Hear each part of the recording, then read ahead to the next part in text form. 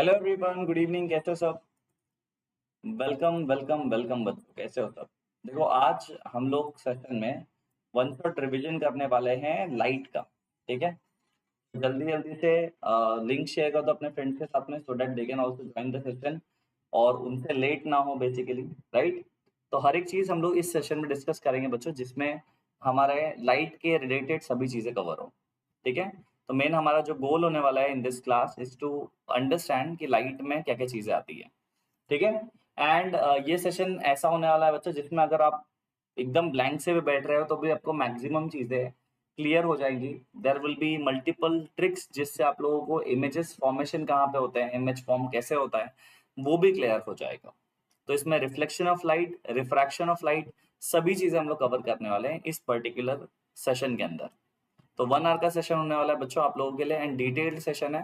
तो जल्दी से अपने फ्रेंड से लिंक शेयर कर दो, so that they can also join the session and उनसे कुछ भी गड़बड़ ना हो।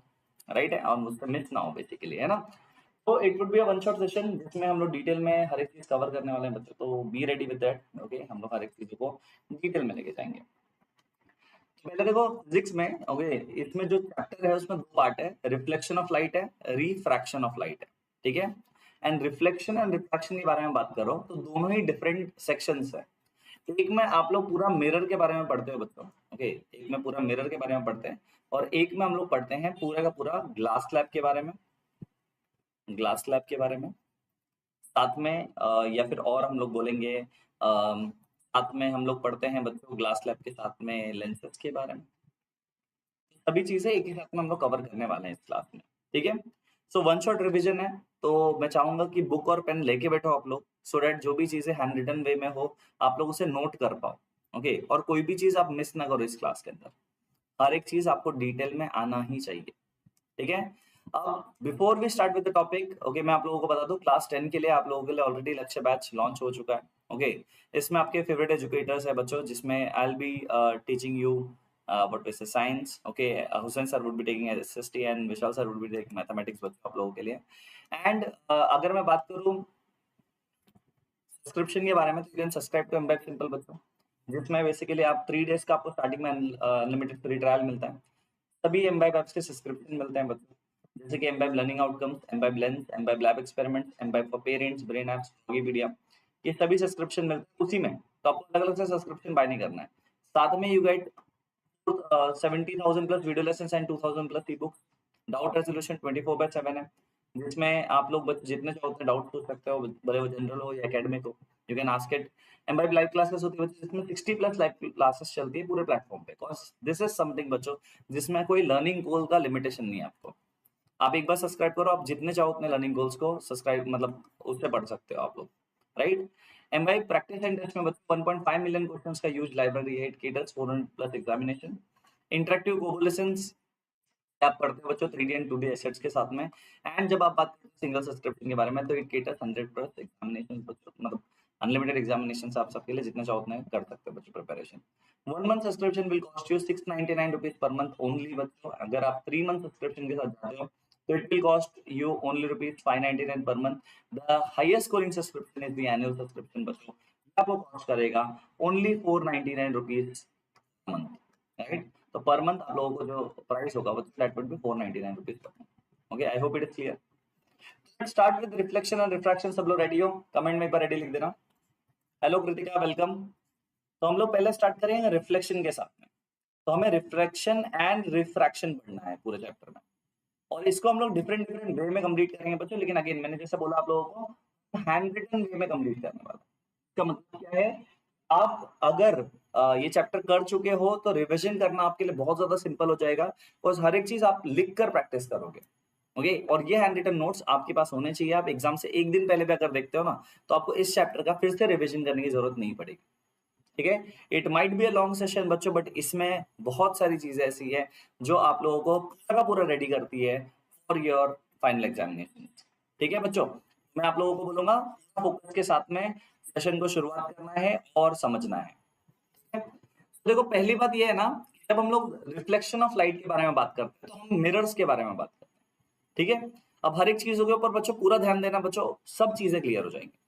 तो let's start with the first part बच्चों, दैट इज रिफ्लेक्शन की वजह से। ओके, जब हम लोग इस चैप्टर में देखेंगे बच्चों, पहला सेक्शन है reflection.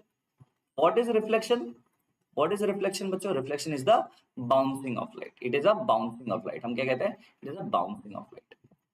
It is bouncing of light. Bouncing of light ठीक है, बट कहां पर? इन द सेम मीडियम, या फिर बोल दो with in the same medium. क्या कहोगे? With in the same medium. Same medium के अंदर बाउंसिंग हो जाए। ओके सर, इसका मतलब क्या है? देखो, आपको मैं ना इसको एनिमेटेड वे में दिखाता हूँ, 3D एसेट्स के साथ भी, और आपको ड्राइंग बना के भी दिखाता हूँ। अगर आप ध्यान से देखो, इसका अगर रे डायग्राम आप बनाने की कोशिश करो तो रे डायग्राम में कैसा होता है कि you have this mirror surface, और इसको शो करने के लिए आपको प्लेन मिरर फॉर एग्जांपल मैं ले रहा हूँ, इसमें मैंने पॉलिशिंग कर दी है। ओके, तो इंसिडेंट रे जो है बच्चों वो यहाँ से आएगा, राइट है? तो इंसिडेंट रे हम ले आते हैं यहाँ से, this is called as incident ray. जो सोर्स से आता है बच्चों से हम लोग कहते हैं इंसिडेंट रे। जब वो स्क्रीन पर लगता है या फिर लेंस पर अभी लगता है, या फिर लेट से इस सरफेस पर मिरर पर लग रहा है, ये बाउंस बैक करेगा। Okay, this is the bouncing of light. अब इसको चेक करने के लिए बच्चों what we do usually is बच्चों, हम लोग एक नॉर्मल बना लेते हैं। यहाँ पे हम एक नॉर्मल बना लेते हैं। What is normal? बेसिकली एक इमेजिनरी लाइन है परपेंडिकुलर टू द सरफेस, जिसे हम लोग डॉटेड लाइन से शो कर सकते हैं। इसको मैं एन लिख दूंगा यहाँ पे, है ना? तो अब अगर आप देखो बच्चों, इसमें कुछ फैक्टर्स होते हैं जो आपको पता होना चाहिए जब भी आप लोग रिफ्लेक्शन ऑफ लाइट समझ रहे हो। तो to understand the laws of reflection बच्चों, प्लीज ध्यान देना इस चीज पे। The angle between the incident ray, मैं इसे आई आर लिख रहा हूँ, ठीक है? What is incident ray? I R. What is reflected ray? R. ठीक है, इसे कहते हैं एंगल ऑफ इंसिडेंस आई, इसे कहते हैं एंगल ऑफ रिफ्लेक्शन आर। आपके पास में एंगल ऑफ इंसिडेंस है, आपके पास में एंगल ऑफ रिफ्लेक्शन। बच्चों ये लॉ क्या कहता है कि जब भी आप किसी लॉ को पढ़ना चाहो, इसमें जो एंगल ऑफ इंसिडेंस होता है it is equal to angle of reflection. अब याद रख लेना बच्चों कि एंगल आई और एंगल आर जो है ये दोनों ही आपके क्या है बच्चों, क्या कह सकते हैं, इक्वल है। तो अगर मैं एंगल आई चेंज करूंगा तो एंगल आर भी बदलेगा। Let's try to understand this. Okay, तो इसे अगर आपको देखना है बच्चों, what you can observe over here is इस लॉ में, okay I will just show you. अगर हमारे पास में इसे चेक करो, इंसिडेंट रे का एंगल दिख रहा है आप लोगों को, रिफ्लेक्टेड रे का एंगल दिख रहा है। इसका मतलब क्या, जब भी कोई सरफेस पे लाइट गिरेगा, ओके, वो क्या करेगा बच्चों, it would be equal. Angle i और एंगल आर इक्वल होगा। अगर समझो मैं ना इसमें एंगल चेंज करने की कोशिश करूं, okay, if I want to change the angle incidence, angle of incidence अगर मैं बदलता हूं बच्चों, देखो जैसे मैं एंगल ऑफ इंसिडेंस बढ़ा रहा हूं, कैन यू सी दिस कि एंगल आर भी बढ़ रहा है?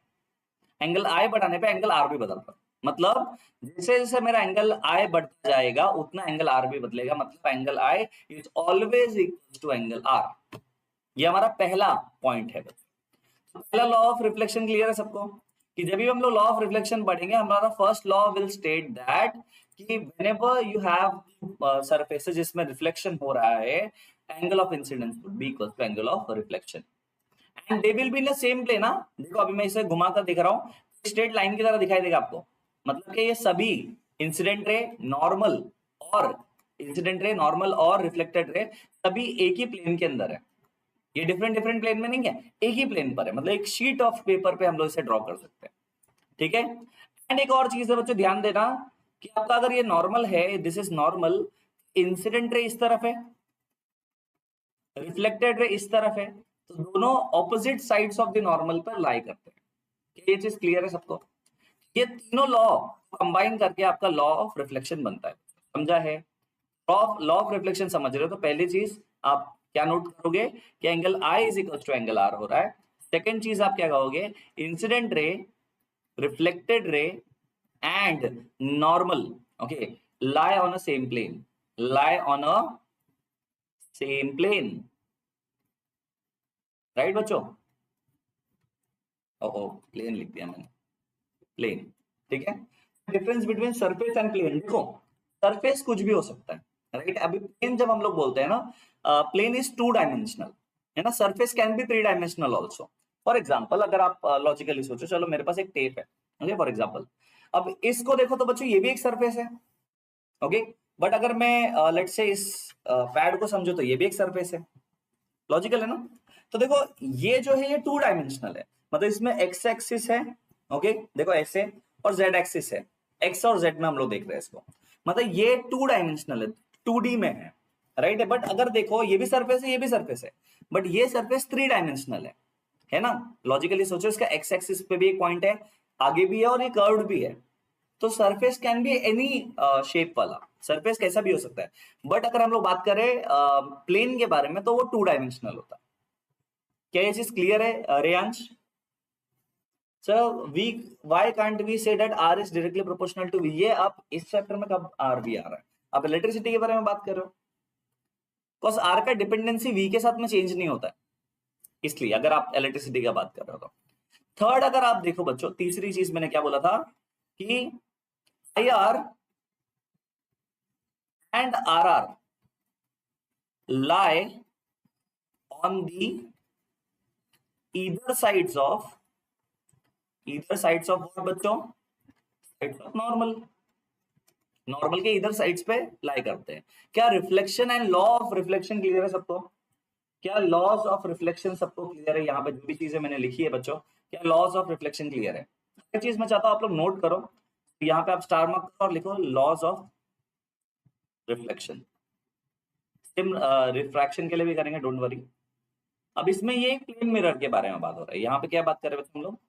एक प्लेन मिरर के बारे में बात कर रहे हैं, ठीक है। हम स्पेरिकल मिरर्स में भी डिस्कशन कर सकते हैं, लेकिन आगे बढ़ने से पहले एक चीज और मैं बता दूं जो आपके बोर्ड एग्जाम्स के लिए बहुत ज्यादा इंपॉर्टेंट होगा बच्चों। ध्यान देना कि जब भी आपके पास में ये मिरर्स के बारे में आप डिस्कशन करते हो, आपको एक चीज पता है कि इसमें ना ग्लांसिंग एंगल के बारे में बहुत क्वेश्चन आता है कि ग्लांसिंग एंगल क्या होता है। चलो मैं आप लोगों को बताता हूँ, there are 2 different glancing angles over here. एक यहाँ पर है, एक यहाँ पर है ना। आप देख पा रहे हो, ये भी ग्लांसिंग एंगल है, ये भी ग्लांसिंग एंगल है। ये है एंगल ऑफ ग्लांस या ग्लांसिंग एंगल ऑफ इंसिडेंस, है ना। और ये भी ग्लांसिंग एंगल है। ये किसका रहेगा ग्लांसिंग एंगल? सोचो, this is the glancing angle of what? Angle of reflection.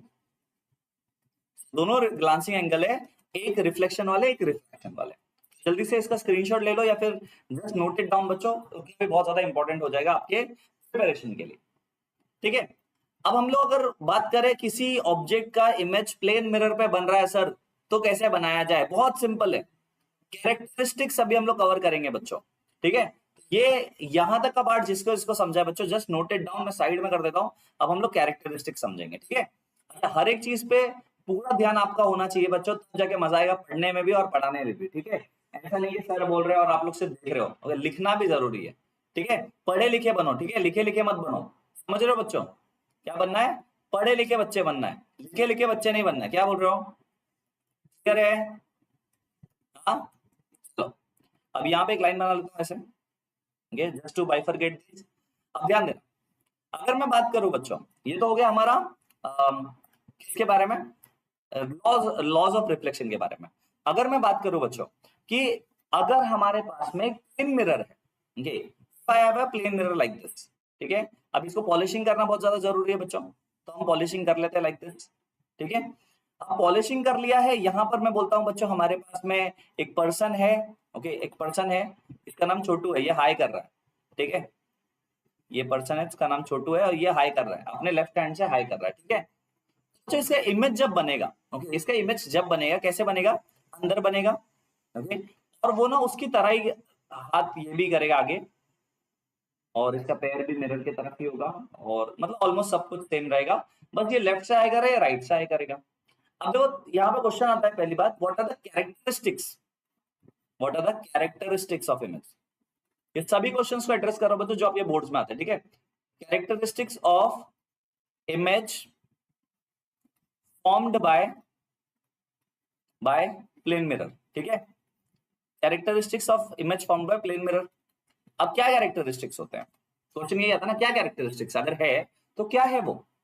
देखो बच्चों, कैरेक्टरिस्टिक्स बहुत इजी होते हैं, ओके। प्लेन मिरर के कैरेक्टरिस्टिक्स अगर आपको समझना है तो आपको सिर्फ नेचर ऑफ इमेज देखना है। अब कैसे कैसे आपको पता चलेगा? पहला पॉइंट, ठीक है, जब भी आप कैरेक्टरिस्टिक्स बनाने की कोशिश करो तो what you can observe over here is, यहां से यहां तक का डिस्टेंस अगर समझो यू है और यहां से यहां का डिस्टेंस समझो वी है, तो u is equals to v होता है and h o is equals to h i होता है। Sir what is h o? बेटा HO is the height of object, HI is the height of image, ठीक है। HO बराबर HI बनेगा, क्यों बनेगा सर? बिकॉज इनका हाइट भी सेम होता है तो सेम साइज बनता है। तो इसे आप या फिर फॉर्मूला वाइज लिख सकते हो या फिर आप ऐसे लिख सकते हो, it is made up by same height, images are of same height and same size, same distance। Image form होता है सेम साइज पर और सेम डिस्टेंस पर। Hello Kartik, welcome. Vishal, welcome. ये होगा पहला। दूसरा पार्ट ये आता है कि और क्या हो रहा है यहाँ पर। ये तो ठीक है, चलो सेम हाइट सेम ही है। अगर आप देखो ये ना सीधा है, इमेज भी सीधा है, उल्टा नहीं हुआ है, मतलब इरेक्ट बना है। हम बोलेंगे कि बच्चों ये जो इमेज है वो इरेक्ट है। चीज ये है कि ये कोई स्क्रीन पर नहीं बन रहा, ये कोई स्क्रीन पर नहीं बन रहा, ये कहां पे बन रहा है? मिरर के अंदर बन रहा है। ओके, मतलब ऑन दी मिरर दिख रहा है, मतलब ये वर्चुअल इन नेचर है, राइट है। सेम साइज का है, सेम डिस्टेंस पर है, इरेक्ट है एंड वर्चुअल है बच्चों। लेकिन इसमें एक बहुत मस्त वाली चीज आती है बच्चों, that is called as inversion. इसमें इन्वर्जन होता है।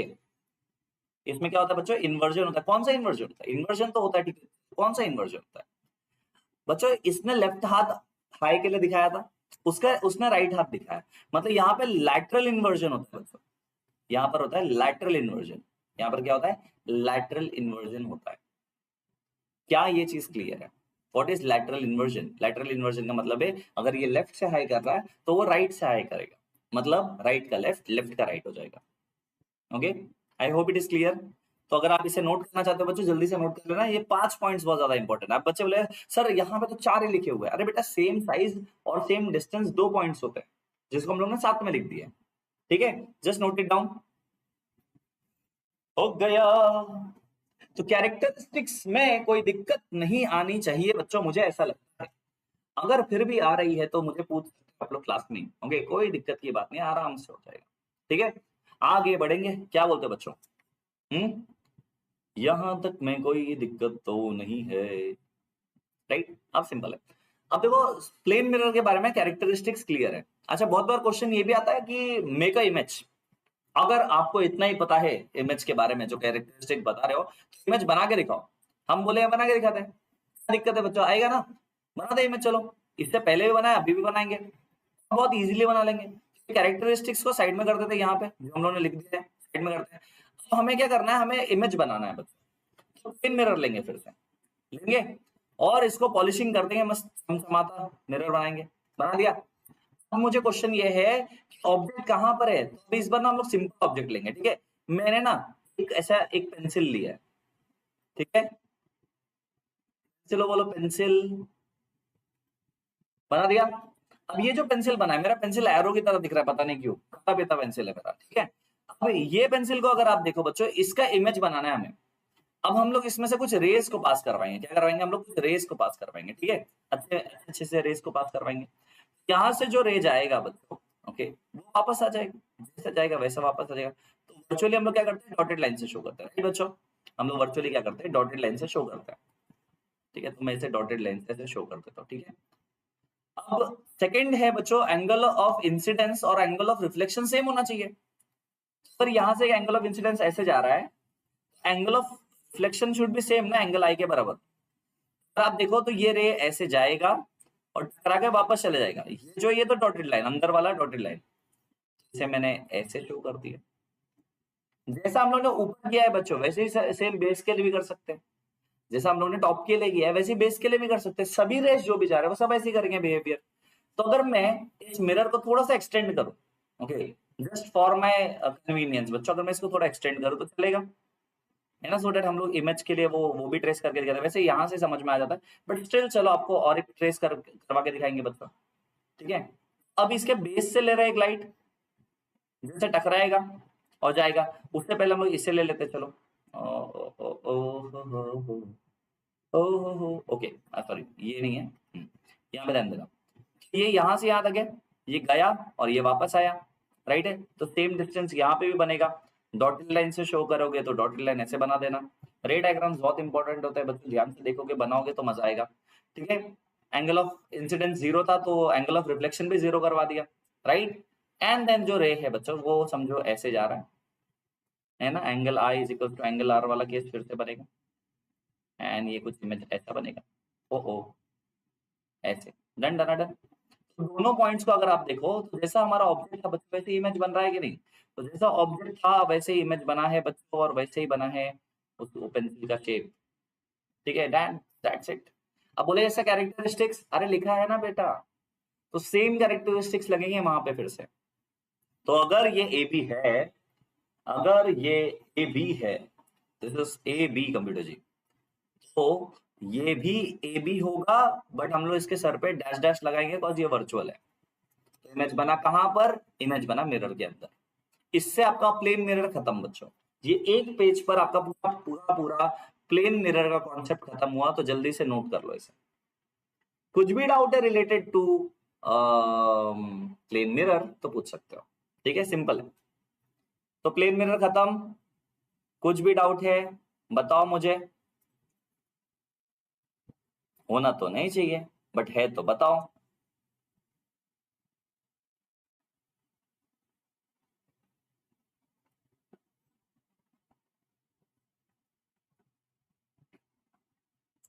चलो लेट्स कम बैक। अब हम लोग करेंगे स्पेरिकल मिरर्स के लिए, ठीक है, प्लेन मिरर क्लियर है। अच्छा बाय द वे, कभी कभी ना क्वेश्चन में टीचर्स पूछते हैं ओके कि टाइप ऑफ रिफ्लेक्शन भी बता दो। अगर ऐसा कभी क्वेश्चन आया बच्चों तो you should be ready with answer. तो चलो मैं आप लोगों को आंसर दिखाता हूँ। एक प्लेन सरफेस लेंगे हम लोग बच्चों, एक बहुत ही ऐसा स्मूथ सरफेस लेंगे जिसे हम लोग प्लेन सरफेस कहते हैं, और एक लेंगे बच्चों खड़ूटा, मतलब pyramid surface, okay, rough surface. और दोनों मिरर के सरफेस है, तुम समझो ये भी मिरर है और ये भी मिरर है, पिरामिड है बट टेढ़ा है पर मेरा है ना बच्चों। इंसिडेंट रे को लेकर आते हैं, यहां से इंसिडेंट रे आया, यहां से इंसिडेंट रे आया, तो क्या होगा आफ्टर रिफ्लेक्शन, ये एकदम पैरेलल आए थे, पैरेलल चले गए, है ना, जैसा आया था वैसा गया, है ना। अगर आप मोर देन वन रेस बनाते तो भी चलेगा बच्चों। देखो एक और ले लेते हैं, चलो आपके लिए, ठीक है, आपके प्यार के लिए बच्चों। ये हो गया, जैसे आया वैसे गया। बट यहाँ पे क्या अगर समझो पैरेलल रेज आते हैं बट सरफेस इरेगुलर है, तो क्या होगा कि रिफ्लेक्शन जो होगा वो भी इरेगुलर होगा। कहीं पे ज्यादा हो जाएगा, कहीं पे कम हो जाएगा, कहीं पे बहुत ज्यादा हो जाएगा। तो रिफ्लेक्टेड रेज अगर आप देख पा रहे हो बच्चों, वो डिफरेंट डिफरेंट आ रहे हैं ना, यहाँ पे डिफरेंट है, रिफ्लेक्टेड रेज सब डिफरेंट है। तो इनका भी नाम दिया जाता है, इसे कहते हैं बच्चों रेगुलर रिफ्लेक्शन, इसे कहते हैं रेगुलर रिफ्लेक्शन, इसे कहते हैं इरेगुलर रिफ्लेक्शन। ये इरेगुलर रेगुलर रिफ्लेक्शन है, या फिर आप ब्रैकेट में लिख देना specular reflection also, specular reflection. And यहाँ पे बच्चों डिफ्यूज रिफ्लेक्शन, ये दो वर्ड भी आते हैं, तो अगर आपको याद रहे तो जस्ट नोट इट डाउन, इसे नोट कर लो। तो इसी पेज पर आपका मैक्सिमम चीज कवर हो गया बच्चों, ऐसा होना। क्यों कवर हुआ, बिकॉज आपको कॉन्सेप्ट पता है। अगर आपको कॉन्सेप्ट नहीं पता है बच्चों, ये सब चीजें कवर नहीं होंगी, सिंपल लॉजिक।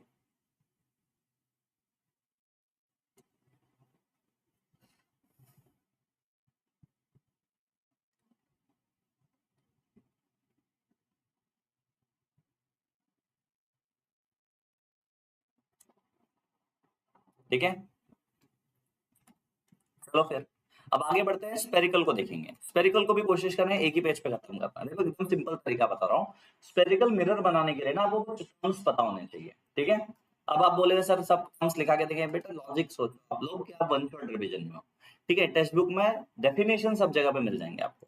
लॉजिकली सोचो कि अगर एक स्पीयर है मेरे पास, ओके, आपको मैं अगर आपको एक स्पीयर की तरफ बताऊं कि अगर मेरे पास में एक स्पीयर है, उस स्पीयर से मैं अगर एक कट करके निकाल लूं, ओके, तो स्पेरिकल मिरर कहते हैं बच्चों, लॉजिकली देखो, ओके। बट नोट्स में भी लिखना है, जिसके दो टाइप्स होते हैं, कॉनकेव मिरर और कॉन्वेक्स मिरर, डिपेंडिंग अपॉन क्या जगह से उसे कलरिंग किया है हम लोगों ने, है ना, किस जगह से उसको कलरिंग किया है। लेट्स डू वन थिंग बच्चों, इसमें दो मिरर्स बनाएंगे हम लोग, ओके, इस मिरर में दो मिरर्स बनाएंगे, ठीक है। कैसे बनाएंगे कि इसको मैं कट करता हूं दो पार्ट में, okay, I will just cut it into two halves, okay, ठीक है, ये एक हाफ है और ये एक हाफ है। ऐसा हम लोग ने इसे दो दो हाफ्स में कट कर दिया, ठीक है। अब दोनों दिखने में एक ही जैसे हैं अगर आप देखो, लेकिन ना कोटिंग हम लोग अलग अलग करेंगे। दोनों में जो कोटिंग करने वाले हैं ना बच्चों, हम लोग वो डिफरेंट करेंगे, ठीक है, will be taking it different way में। अगर आप ध्यान से देखो, एक में हम लोग ने अंदर से पॉलिशिंग कर दिया और एक में हम लोग ने बाहर से पॉलिशिंग कर दी। एक का रिफ्लेक्टिंग सरफेस अंदर बना, एक का रिफ्लेक्टिंग सरफेस बाहर बना। लॉजिकली सोचो ना बच्चों, रिफ्लेक्टिंग सरफेस कहाँ बन रहा है, देखो नाम लिखना है ना, तो रिफ्लेक्टिंग सरफेस कहाँ बना, एक का इनसाइड में, एक का आउटसाइड में, ठीक है। अब देखो जिसका इनसाइड बना है, ओके, उसे बोलते हैं बच्चों केव पार्ट, वो है आपका कॉनकेव, कॉनकेव। मैं हमेशा बोलता हूं ऐसे इमेज याद करो कि अगर ऐसे ऐसे आप अगर उसको उल्टा कर दो तो केव की तरह दिखाई देगा, तो कॉनकेव है, ठीक है। अगर केव की तरह दिखाई दे रहा है तो कॉनकेव है। और सिमिलरली जो नहीं दिखाई दे रहा केव की तरह, वो कॉन्वेक्स है, कॉनकेव एंड कॉन्वेक्स, दो टाइप के मिरर्स होते हैं। अब यहां तक का पार्ट आई होप आप लोगों को समझ में आ गया। अब लॉजिकली सोचो, कॉनकेव कॉन्वेक्स तो ठीक है सर, लेकिन हमने और भी टर्म्स देखे ना, अब मैं कॉनकेव लेकर वो टर्म समझाता हूँ। देखो पहली बात है, ये मिरर बनाने के लिए हमें एक सेंटर की जरूरत है। तो लेट अस कंसीडर ये मेरा सेंटर है, सेंटर सी, ये सेंटर है इस स्फीयर का भी। और अगर मैं इसे मिरर कंसीडर कर रहा हूँ, यहाँ पे मैं मिरर बनाने की कोशिश कर रहा हूँ बच्चों, तो इस मिरर का भी सेंटर यही है। अब ये मिरर बनाने के लिए हम लोगों ने क्या किया था, कर्वेचर बनाया था। क्या बनाया था बच्चों हम लोगों ने, कर्वेचर, मतलब इतना छोटा सा पार्ट लिया, पूरा का पूरा मिरर नहीं बनाया। क्या है ये, सेंटर ऑफ कर्वेचर। इस एक्सिस को बोलते हैं बच्चों प्रिंसिपल एक्सिस, इसे क्या कहते हैं, प्रिंसिपल एक्सिस पीए, प्रिंसिपल एक्सिस पीए। ये जहां पे टच करता है मिरर को बच्चों, उसे बोलते हैं पोल पी। एंड देन अगर इमेजेस में इसमें रेज आए और वो आकर एक पॉइंट पर कन्वर्ज कर जाए, तो उसे बोलते हैं बच्चों पॉइंट ऑफ कन्वर्जेंस हो गई यहाँ पर। इसे हम लोग कहेंगे बच्चों फोकस। तो फोकस इज द पॉइंट जहां पे रेज आके मीट कर रहे हैं या फिर वहां से डाइवर्ज कर रहे हैं, हम लोग ऐसा कंसीडर करते हैं। अब इस केस में मीट कर रहे हैं, इस केस में क्या हो रहा था बच्चों, मीट कर रहे हैं यहाँ पर, ओके, यहाँ पर मीट कर रहे थे, तो हम लोग फोकस एफ लिख देंगे, ठीक है। अब एक डिस्टेंस भी याद रख लेना कि देखो रेडियस अगर सर्कल का है देखना है अगर आपको, तो यहां से यहां तक का डिस्टेंस निकालो, तो सिंपली बच्चों सी से पी तक का जो डिस्टेंस है उसे रेडियस ऑफ कर्वेचर कहते हैं। फोकस से पोल तक का जो डिस्टेंस है बच्चों उसे फोकल लेंथ कहते हैं। I hope it is clear. Principal axis क्या होता है बेटा, principal axis is the axis जिस पर सभी इंपॉर्टेंट पॉइंट्स लाई करते हैं, जैसे centre of curvature, focus, pole, ये सभी पॉइंट्स जिस पे लाई करे उसे हम लोग प्रिंसिपल एक्सिस या इंपॉर्टेंट एक्सिस कहते हैं। वो एक्सिस जिस पर सभी चीजें लाई करे, ठीक है, पासिंग थ्रू। तो सेंटर मतलब डायमीटर को भी अगर आप देख लो तो प्रिंसिपल एक्सिस बनाता है, ठीक है। ये आपके सब टर्म्स यहाँ पे से क्लियर हो जाएंगे, ठीक है। ये टर्म्स क्लियर है सबको। टर्म्स में किसी को कुछ डाउट है, जैसे आई गेस राज रवि को डाउट था तो मैंने क्लियर किया, कुछ और डाउट है तो पूछ सकते हो। आपके एक्सेस क्लियर होना चाहिए बच्चों, आपका टर्म्स क्लियर होना चाहिए, तब जाके आप चीजों को समझ सकते हो। अब देखो कॉन्केव मिरर जो होता है ना, उसमें नॉर्मली क्या होता है कि रेज आकर कन्वर्ज करते हैं, ये रेज आएंगे ऐसे और they will converge at a point. तो बच्चों कॉन्केव मिरर को एक और टाइप का मिरर कहते हैं, जिसे हम लोग कहते हैं बच्चों कन्वर्जिंग मिरर। इसे हम लोग क्या कहते हैं, कन्वर्जिंग मिरर है, कन्वर्जिंग मिरर। कॉन्वेक्स में बच्चों रेज आते तो है पैरेलल, बट मिरर पे लगने के बाद में बच्चों अगर यहाँ पे इमेजिन करो, दे डाइवर्ज फ्रॉम दी मिरर, ये रेस फैल जाते हैं, तो इसे हम लोग कहते हैं बच्चों डाइवर्जिंग मिरर। इनको कन्वर्जिंग डाइवर्जिंग नहीं पता बच्चों, एकदम सिंपल सा लॉजिक देखो। अगर आप यहाँ पर हो, आपका ये स्कूल है, स्कूल छूटने के बाद आप अपने अपने घर जाते हो, आप सब क्या कर रहे हो, आप सब डाइवर्ज आउट कर रहे हो एक पॉइंट से, एक सिंगल पॉइंट से आप डिफरेंट डायरेक्शन में जा रहे हो। बट जब बात करते हैं स्कूल आने की, आप सब अलग अलग डायरेक्शन से एक जगह पर पॉइंट पर मिलते हो, you meet at a single point, उस पॉइंट को कहते हैं पॉइंट ऑफ कन्वर्जेंस, इस फेनोमेना को कहते हैं कन्वर्जेंस। तो यहाँ पे आपका कन्वर्जेंस हो रहा है, वहां पे लाइट का कन्वर्जेंस हो रहा है। अगर लाइट रेस एक ही जगह पे मिले तो उसे बोलेंगे हम लोग कन्वर्जिंग लाइट, और अगर एक जगह से वो डिफरेंट डायरेक्शन में चल जाए उसे बोलेंगे डाइवर्जिंग लाइट। क्या ये चीज क्लियर है? तो कॉन्केव कॉन्वेक्स में ये चीज कॉमन देखोगे आपको। अब सेम होता है बच्चों इसके रे डायग्राम्स अगर आपको बनाना है, आपको उसके रूल्स पता होने चाहिए। If you want to make ray diagram sort of it बच्चों, you should know the rules. अब रूल्स बनाना और भी ज्यादा सिंपल है बच्चों। देखो अगर मैं कॉन्केव के लिए रूल्स करूं, वो सेम अप्लाई होता है कॉन्वेक्स के लिए भी। तो मैं क्या करता हूँ, पहले कॉन्केव के लिए रूल्स बना लेते हैं। अब 4 रूल्स बनाएंगे बच्चों हम लोग यहाँ पे कॉन्केव के लिए, और वो चारों रूल्स हम लोग कॉन्वेक्स पे भी अप्लाई कर सकते हैं मिरर पे, ठीक है। और यहाँ पे रूल्स अगर समझ लिया तो लेंस में रूल्स समझने में दिक्कत नहीं आएंगी, ठीक है। तो यहाँ पर मैं क्या करता हूँ, 4 मिरर बना लेता हूँ। तो ये हम लोग 4 मिरर बना लेंगे बच्चों, एक्स्ट्रा पार्ट रब आउट कर लो, ओके, एंड देन उसको पॉलिशिंग कर लेंगे सिंपली, है ना। तो ये सब मिरर हो गए, ये भी मिरर हो गया, ठीक है। अच्छा, अब प्रिंसिपल एक्सिस बना लेते हैं बच्चों इसके। एक एक तीर से दो निशाने सुना है बच्चों आप लोगों ने? हाँ, आज देख लो, तो मैंने एक तीर से दो निशाने किए, यहाँ पे आप ऑब्जर्व कर सकते हो। ठीक है, ठीक है। अब इसमें जो कॉमन पॉइंट्स है वो हमें लिखना है, तो अब मैं क्या करता हूँ, यहाँ पे कॉमन पॉइंट लिख देता हूँ। ये सेंटर ऑफ कर्वेचर है, ये फोकस है, ये पोल है। ठीक है, और ये भी सेंटर ऑफ कर्वेचर है, फोकस है, और ये पोल है। फिर same centre of curvature, focus and pole. ठीक है, सेंटर ऑफ कर्वेचर, फोकस और पोल। अगर कोई आपको बोले कि ये मिरर है तो बच्चों मानना नहीं। ठीक है, मानना नहीं, क्योंकि इसमें अभी तक पॉलिशिंग नहीं हुई है, तो टाइप ऑफ मिरर पता नहीं चलता। तो अभी चलो मैंने पॉलिशिंग कर दिया, तो अभी आप लोग कॉन्केव मिरर कह सकते हो इसे।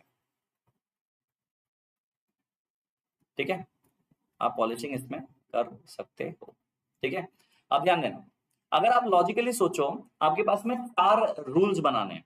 पहला रूल क्या कहता है कि इंसिडेंट रे, ध्यान देना, if the incident ray is parallel to the principal axis then the reflected ray passes through the focus.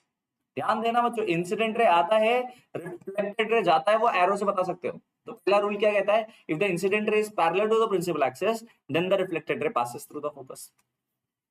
Same goes to the second one बच्चों, if the incident ray passes through the center of curvature तो reflected ray traces the same path back, वो वापस आ जाता है उसी रास्ते से, अगर सेंटर ऑफ कर्वेचर पे टच करा तो।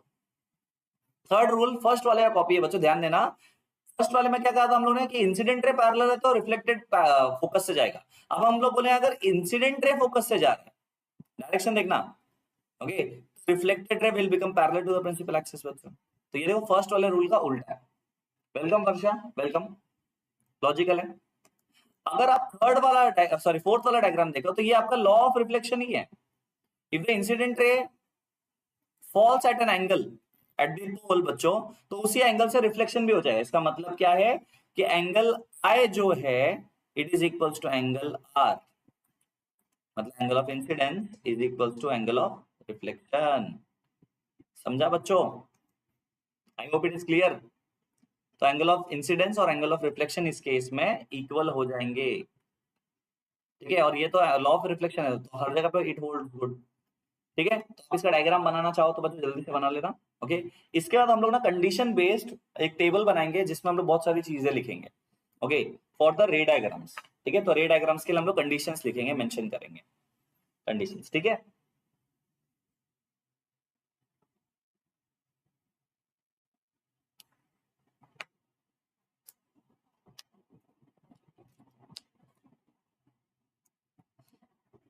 ये चैप्टर स्कूल में हो गया। अरे वैसे भी रिवीजन ही कर रहे हैं ना हम लोग, चैप्टर तो हमारा भी हो गया कभी का, पूरा सीरीज कंप्लीट किया इसके ऊपर। ये रे डायग्राम्स को मैं साइड में लगा देता हूँ। ठीक है, अब हम लोग टेबल देखेंगे, टेबल डिस्कशन करें। अच्छा ये करते हैं ना, रे डायग्राम को थोड़ा नीचे लेते हैं ओ रे डायग्राम को थोड़ा नीचे लेते हैं बिकॉज हमें टेबल बनाना है ना ऊपर। चलो, अब टेबल में ना कुछ कंडीशन कंसिडर करेंगे। ठीक है, will be considering some condition.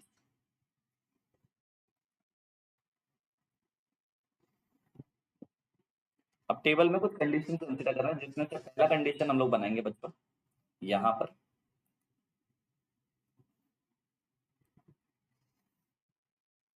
इसमें हम लोग लिखेंगे उसके बारे में। ठीक है, जैसे कंडीशन क्या है, केस क्या है। ओके, तो पहला वाला आएगा बच्चों केस, कि कौन सा केस नंबर है, केस नंबर 1 2 3 4 5 जो भी है। ठीक है, तो बहुत हार्ड चैप्टर है बेटा, बहुत इजी चैप्टर है, one of the easiest chapter, आपके क्लास 10 का सबसे इजीएस्ट चैप्टर में से एक है। इसकी पूरी सीरीज वर्षा मैंने कवर की है इस चैनल पे, तो फिजिक्स का मेरा जो प्लेलिस्ट है उससे जाके चेक कर लेना, उसमें सभी चैप्टर्स आपको मिल जाएंगे। एवरी एवरी चैप्टर टॉपिक इसके कवर हुए पर्टिकुलर सेशन में। Girdhar hello, welcome welcome welcome. तो हमने क्या बोला बच्चों कि यहाँ पर पहले वाले कंडीशन में आएगा केस, केस नंबर क्या है, क्या केस है ना। पहले हम लोग करेंगे केस, रुको पहले हम लोग टेबल बना लेते हैं। इसके बाद में बच्चों ऑब्जेक्ट का पोजीशन फाइंड आउट करेंगे। हम लोग क्या बोलेंगे कि ऑब्जेक्ट कहाँ पर है, object is placed at which position. हम लोग यहाँ पे बोलेंगे बच्चों ऑब्जेक्ट के पोजीशन के बारे में बात। तो यहाँ पे आ गया ऑब्जेक्ट पोजीशन। फिर हम बोले इमेज कहाँ बना, ठीक है, हम बोले नेचर क्या था। इसे टेबल को अगर आप देखो बच्चों, अच्छा मैं मैग्निफिकेशन भी करवा देता हूँ, चलो यहीं पे। ठीक है, इसी टेबल में मैं मैग्निफिकेशन भी करवा देता हूँ, क्या कहते हो? अच्छी बात है ना, बोलो अच्छी बात। ठीक है, हाँ, अब देखो मैग्निफिकेशन भी करवा दूंगा। ओके, साथ में आप लोगों को ट्रिक समझने में इजी हो जाएगा।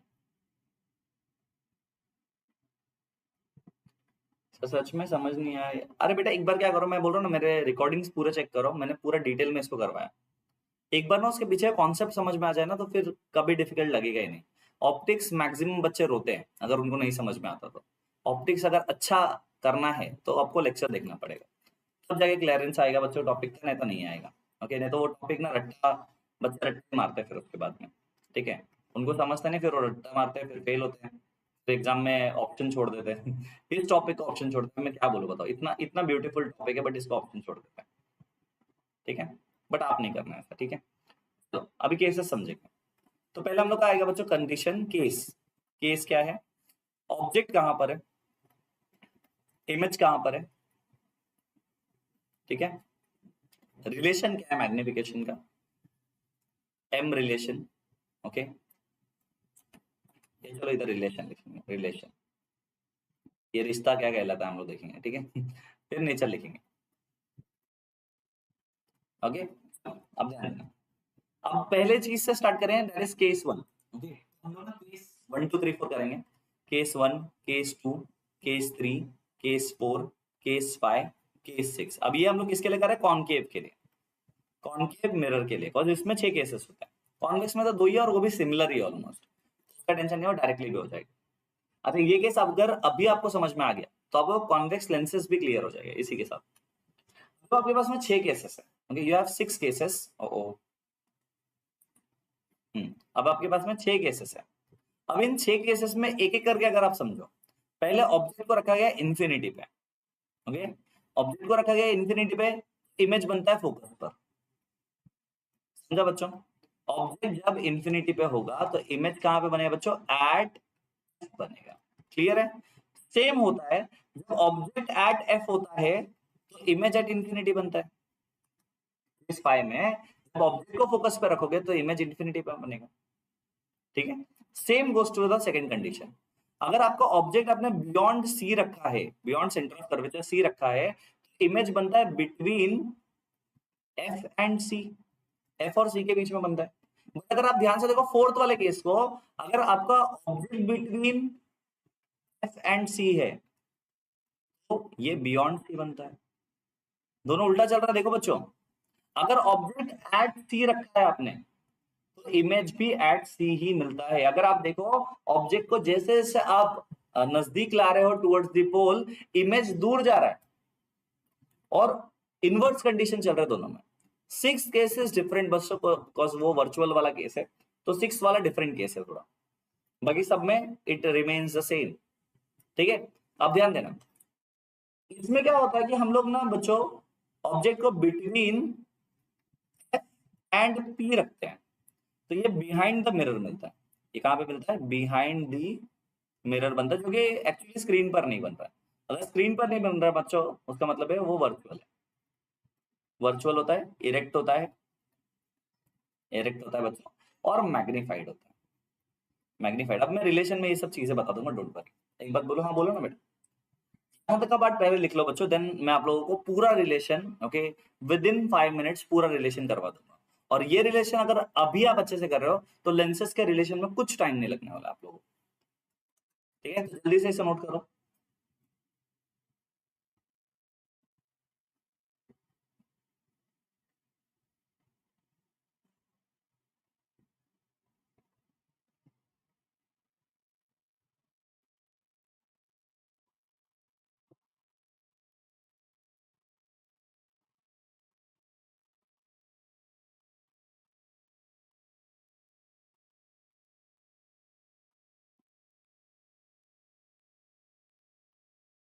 ठीक है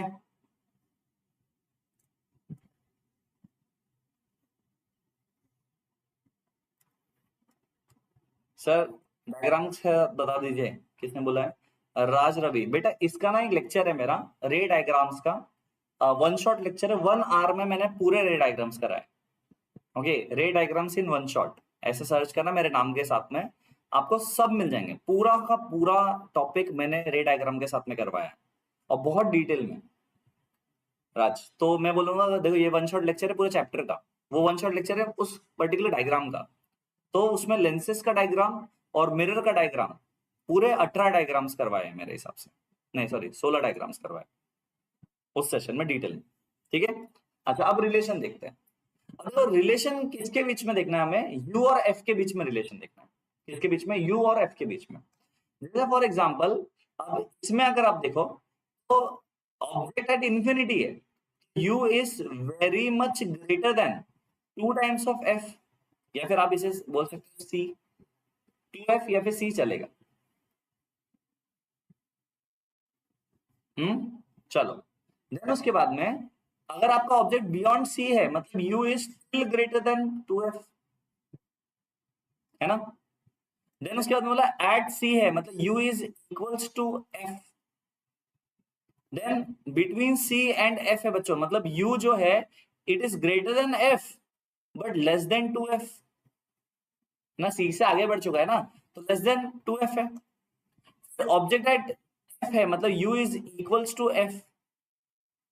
देन ऑब्जेक्ट क्या है बच्चों, it is less than F. अब देखो कंडीशन, ऑब्जेक्ट कहां पे रखा है और उसका फोकल लेंथ, इन दोनों के बीच का कंडीशन बहुत इंपॉर्टेंट होता है। तो ये जो रिलेशन मैंने लिखा है बच्चों, उसको देखकर आप लोगों को बहुत सारी चीजें क्लियर होती है, अगर आप ध्यान से देखो तो। When you is very much greater than F, हम लोग क्या कहते हैं बच्चों, देखो स्क्रीन पर तो बनने वाला है, ये रियल पक्का है ना, सब में रियल तो कंफर्म है। ये सभी इमेजेस जो बन रहा है ये एक कंफर्म इमेज बन रहा है, मतलब ये रियल तो पक्का है। तो सब में पहले लिख दो रियल, ये सब रियल पक्का है, रियल रियल रियल, ठीक है। और दूसरी चीज, जो भी इमेज रियल बनता है बच्चों वो इन्वर्टेड होता है, जो इमेज रियल बनता है वो इन्वर्टेड होता है।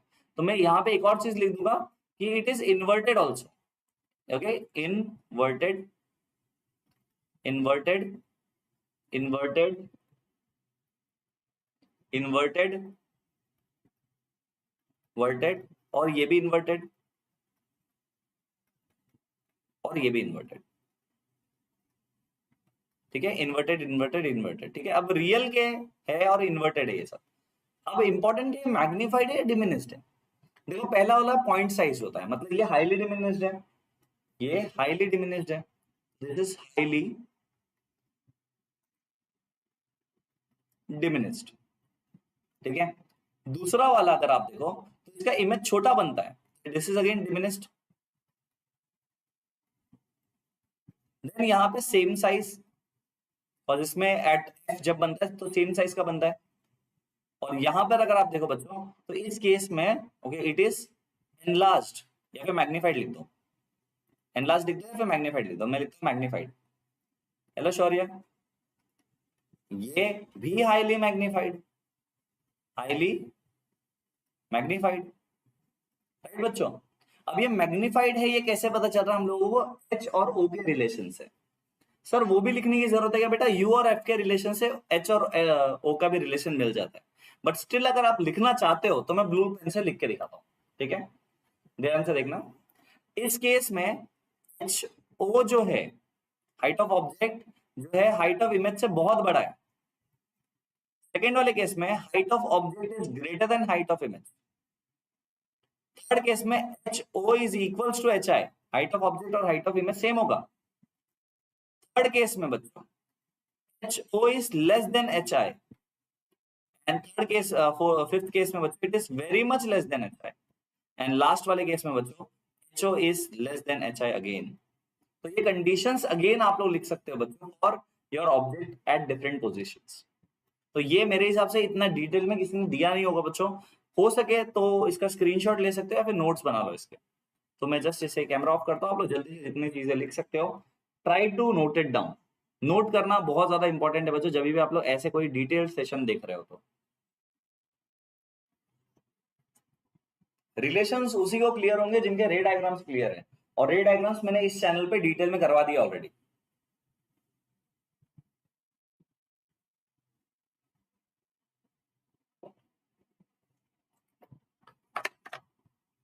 सर ये डायग्राम पेपर में आते हैं, इसके रिलेशंस आते हैं, डायग्राम्स बनाने बहुत कम टाइम आए हैं पीवाईक्यूज में, बट आए हैं प्रीवियसली।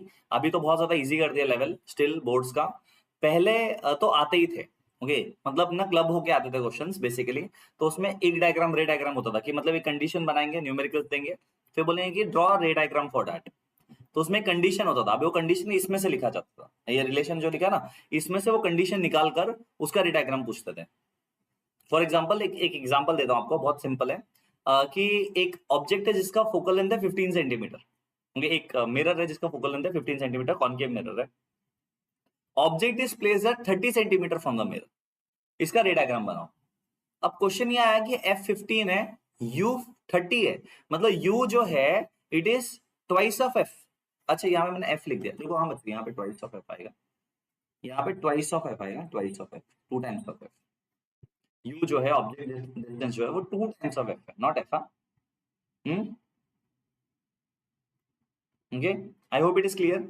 नहीं अभी तो बहुत कम कर दिए ARSS, बहुत कम। पहले इट यूज्ड टू बी कि बहुत डिटेल में ये क्वेश्चंस बोर्ड में पूछे जाते थे। अब कॉम्पिटेंसी बेस्ड क्वेश्चंस आते हैं, डायरेक्टली डायग्राम्स नहीं आते बहुत सारे।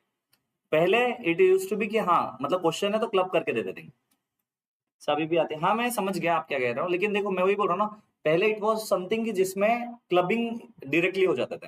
ओके तो क्वेश्चंस आएंगे ऐसे, उसके नीचे एक क्लब्ड क्वेश्चन रहेगा कि उसका डायग्राम बना दो। अभी ना जो लेवल है क्वेश्चंस के वो बहुत ज्यादा इजी हो गए, बट कॉम्पिटेंसी बेस्ड हो गए, तो केस बेस्ड ज्यादा है। ओके सर इस लेसन में जो मेन क्वेश्चन है वो कब लेकर आओगे? जल्दी आएगा, क्वेश्चन आंसर्स भी डिस्कशन। वैसे मैंने एक सीरीज लाया है न्यूमेरिकल्स का, तो वो देख लेना आप लोग। ओके और आप भी आने वाले टाइम में आ जाएगा। सर कॉन्वेक्स का भी बताइए। हाँ करेंगे ना बेटा, कॉन्वेक्स भी करेंगे, ये दो ही कंडीशन है, इजीली करते हैं। सो दिस इज डन, आगे बढ़ते हैं। अब देखो जब हमें कॉन्वेक्स के लिए करना होता है, ओके कॉन्वेक्स में दो केसेस होते हैं, फॉर कॉन्वेक्स मिरर।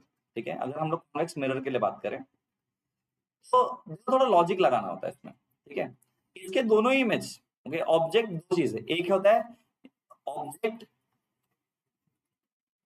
ऑब्जेक्ट का पोजीशन, एक में होगा बच्चों फाइनाइट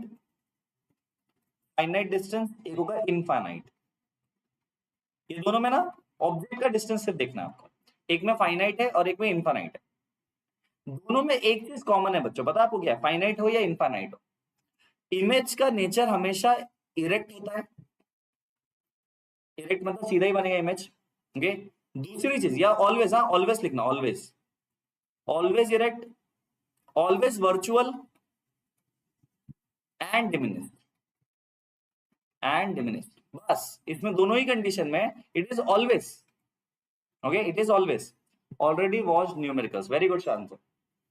देखो बच्चों जिन्होंने रेगुलरली लेक्चर किया है, मैं आप लोगों को इतना कंफर्म बोल रहा हूँ, जिन भी बच्चे के बारे में मैं बात कर रहा हूँ, बच्चों अगर आप लोग रेगुलर लेक्चर्स कर रहे हो तो आप लोगों को कभी कोई दिक्कत नहीं आएगा, पक्का है पेपर में। मैंने ऑलमोस्ट जो जो इंपॉर्टेंट है बोर्ड्स के लिए मैंने सब बता दिया इसी चैनल पर, तो आपको डिफरेंट चैनल ढूंढना भी नहीं पड़ेगा। तो इट इज ऑलवेज वाला केस बच्चों, always erect, always virtual, always diminished. Sir convex mirror virtual होता है और रियल और बोथ? नहीं बेटा, वर्चुअल, क्लियरली वर्चुअल, उसमें रियल इमेज बनता ही नहीं। It is always erect, always virtual, always diminished. ये तीन चीज हमेशा याद रखो। For convex mirror it is always erect, always virtual, always diminished. But अगर हम लोग बात करें फॉर कॉन्केव मिरर के केस में बच्चों देखो, फॉर कॉन्केव मिरर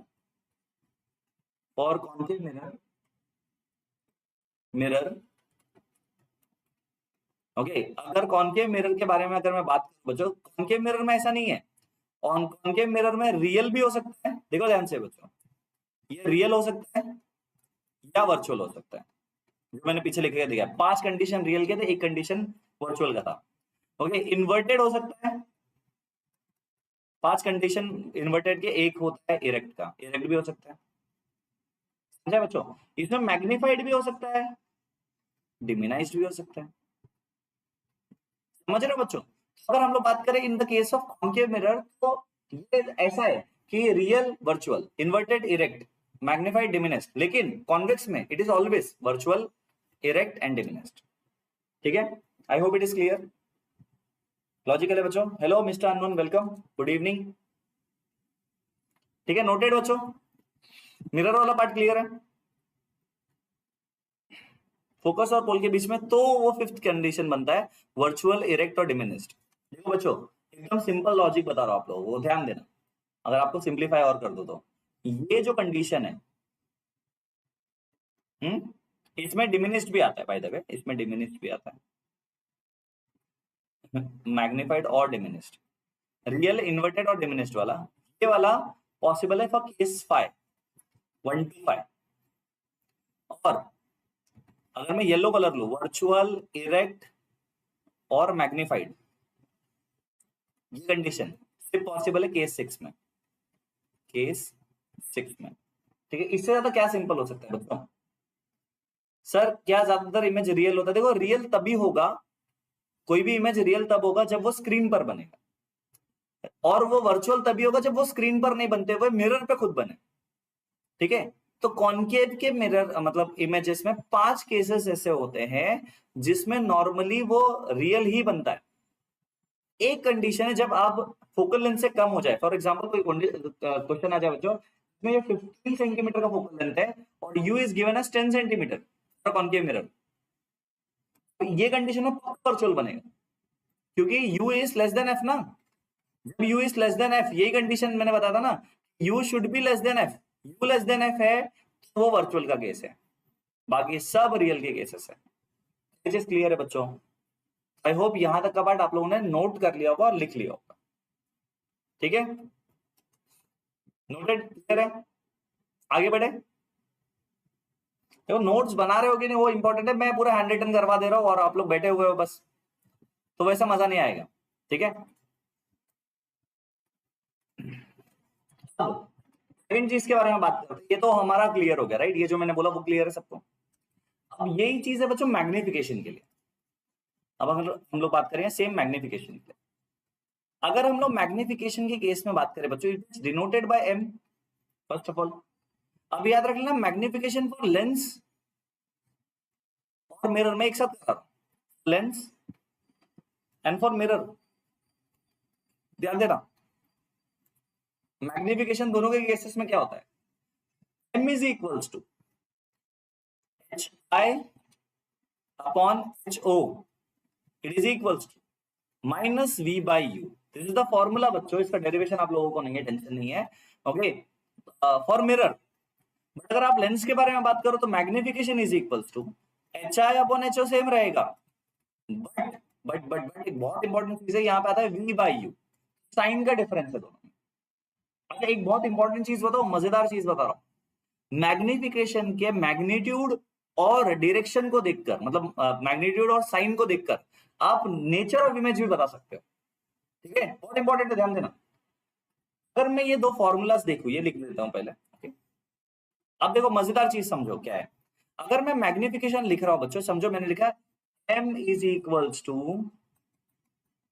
हमारे m is equals to, okay, equals to मेरा मोटा हो गया ना, इज इक्वल टू समझो -2, एग्जांपल दे रहा हूं, okay, m is equal to -2, okay, तो थोड़ा और अच्छा लिखते हैं, ओके। अब इसमें ना याद रखना, ये जो प्लस है या माइनस है, देखो ध्यान से, प्लस या माइनस, ये क्या बताता है, प्लस है या माइनस है बच्चों, ये क्या बताता है, ये साइन बताता है, प्लस हो, अगर ये प्लस है या माइनस है, ये साइन बताता है कि वो इरेक्ट है, इरेक्ट है और वो इन्वर्टेड है, इरेक्ट है या इन्वर्टेड है, साइन बताता है। ठीक है, मैग्नीट्यूड क्या बताता है, मैग्नीट्यूड क्या बताता है बच्चों, इसे बोलते हैं मैग्नीट्यूड। मैग्नीट्यूड मतलब मॉड ऑफ एम, मतलब सिर्फ number of M, plus minus नहीं देखेंगे।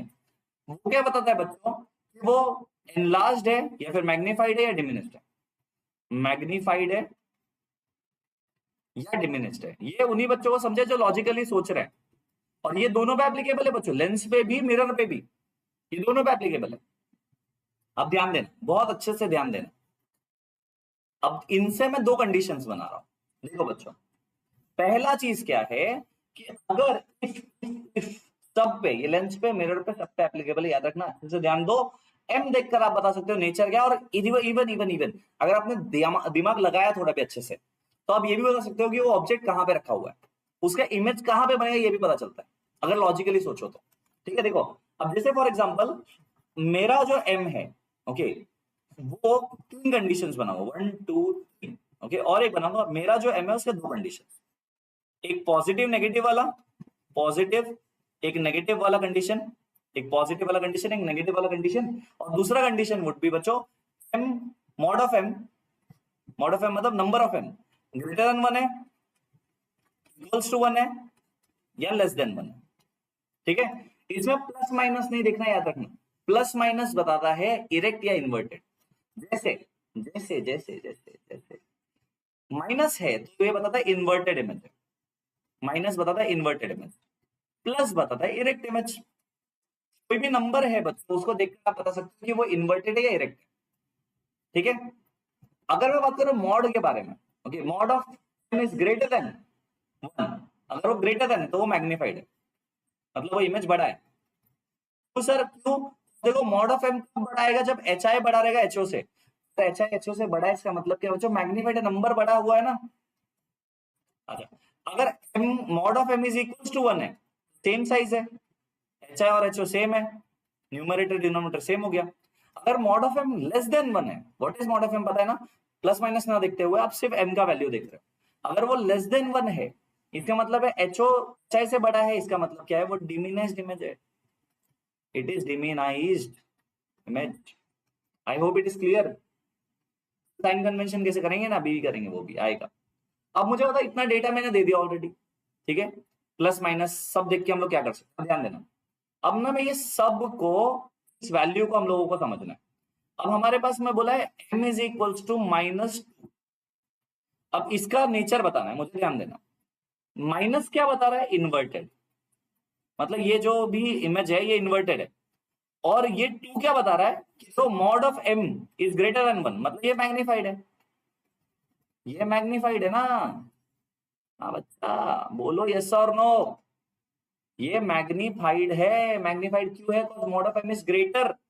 अब मुझे बताओ, अगर ये इन्वर्टेड है तो रियल तो पक्का होता है, तो जो इन्वर्टेड है वो रियल है, तो वो ये रियल हो गया, ओके। और अगर ये देखो बच्चों, ओके, ये इरेक्ट है तो ये इन्वर्टेड है, सॉरी ये वर्चुअल है,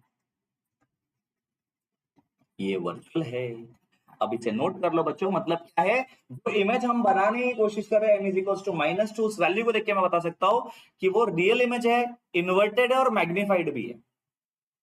सर इस लेसन के और वीडियोस है, हाँ बेटा मेरे प्लेलिस्ट में जाओ, ओके, इस चैनल में प्लेलिस्ट है, मेरे नाम से प्लेलिस्ट बना हुआ है, उसमें जाओ, okay, physics by Akshay Upadhyay वाला प्लेलिस्ट है बच्चों, पूरा चेक कर सकते, 9, 10, 10 का पूरा साइंस उसमें, ओके। तो आप मेरे उसमें प्लेलिस्ट चेक कर सकते हो बच्चों, इजीली आ जाएगा, ठीक है। डन बच्चों, just note it down. Virtual नहीं बेटा, रियल होगा ना, इन्वर्टेड मतलब real, virtual is always erect. Virtual किसी का भी देखो बच्चों तो वो इरेक्ट होता है, इरेक्ट। मैग्निफिकेशन का पूरा हम लोगों ने बच्चों यहाँ पर, इधर अगर आपने ध्यान दिया होगा तो सभी चीजें लिख दी है, सभी चीजें, कुछ बचा ही नहीं है मैग्निफिकेशन में, समझो बच्चों। जो कॉमन है वो हम लोग पहले कर रहे हैं, है ना, ठीक है। अब ये चीज क्लियर है मेरे हिसाब से। अब मैग्निफिकेशन क्लियर है दोनों के लिए, लेंस के लिए, मिरर के लिए, दोनों के लिए कर दिया। Same will go for sign convention, sign convention भी दोनों के लिए सेम है, ठीक है। तो अगर मैं साइन कन्वेंशन बनाने की कोशिश करूं बच्चों, मैं पहले मिरर से बना दो, चलेगा, ये लेंस से बना दो, एक ही बात है, तो लेंस से बना लोगे तो भी चले, मैं लेंस से बना देता हूं, चलो हमेशा मिरर से बनाते हैं ना, इस बार लेंस से बनाएंगे, ठीक है ना, हमारा इमेज है बच्चों, हम किसी से भी बनाए, तो हम लोग चलो इस बार ना ऐसे बनाते हैं। अब देखो ये ना, आप लोग इमेजिन करो कि यहाँ पे भी एक एक्सिस है, ऐसे इमेजिन करो, जस्ट लॉजिकली सोचो, एक एक्स एक्सिस है, एक वाई एक्सिस, ठीक है। आपको पता है कि एक्स एक्सिस में ये वाला जो साइड होता है ये पॉजिटिव होता है, ये वाला जो साइड होता है ये पॉजिटिव होता है, ये वाला साइड जो होता है वो नेगेटिव होता है, नेगेटिव एक्सिस।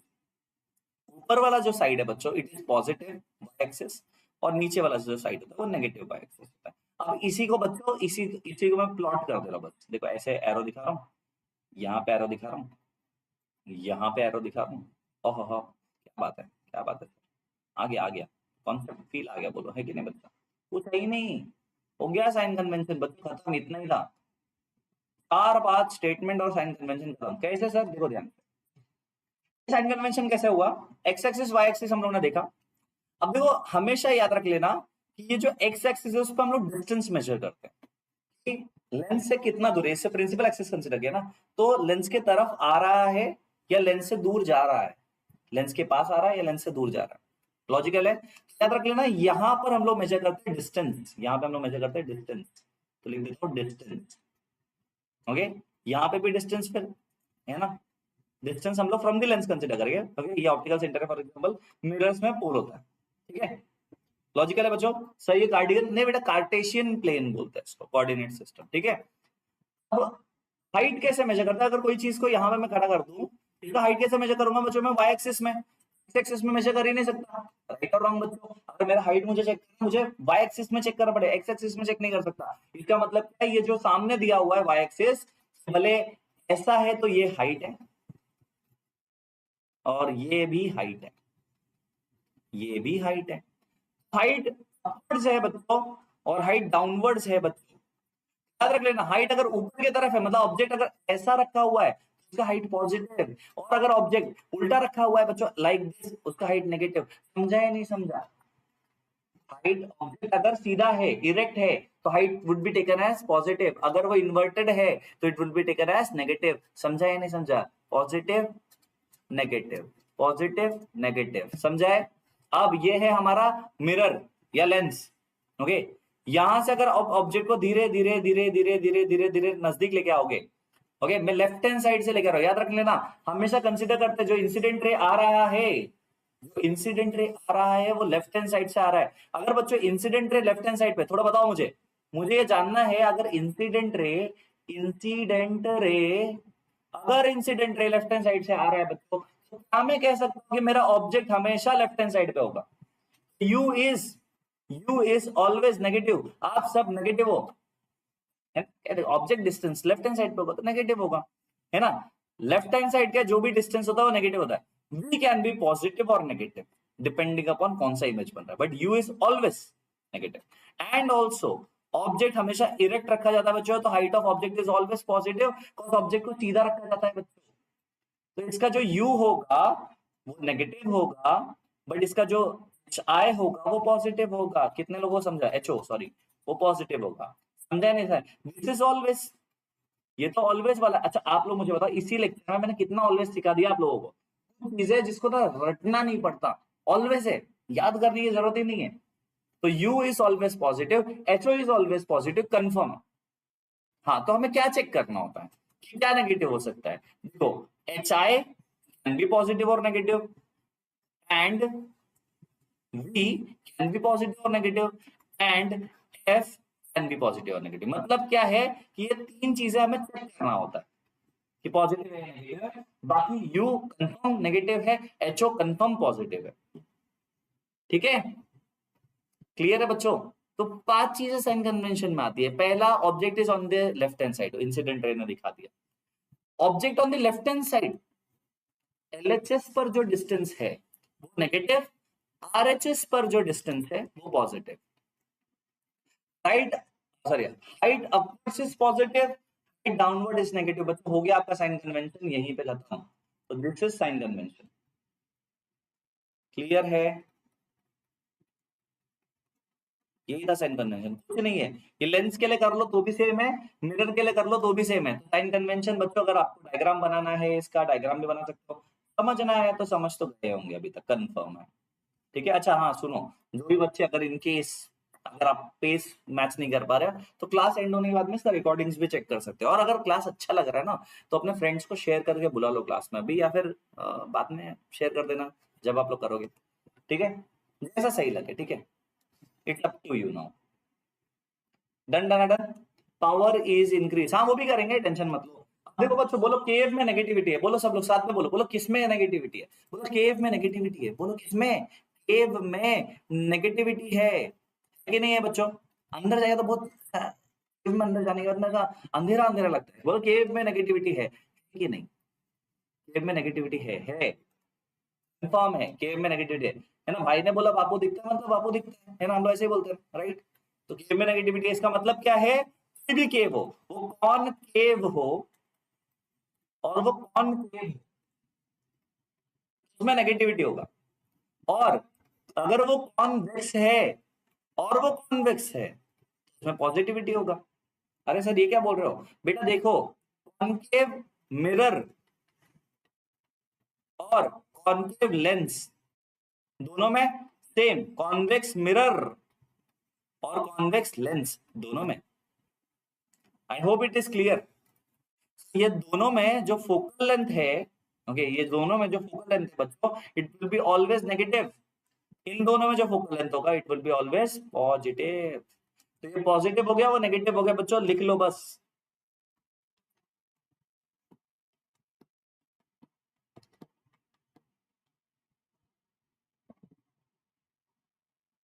सर अभी तक ये साइन कन्वेंशन पॉजिटिव पता चला, वरना नाइन्थ में सब नेगेटिव ले रहा था। हाँ, ये होता है नाइन्थ साइन कन्वेंशन वाला। देखो वही ना, कार्टेशियन कोऑर्डिनेट सिस्टम को अगर समझ लिया तो साइन कन्वेंशन में क्या ही है, कुछ ही नहीं है बच्चों, है ना।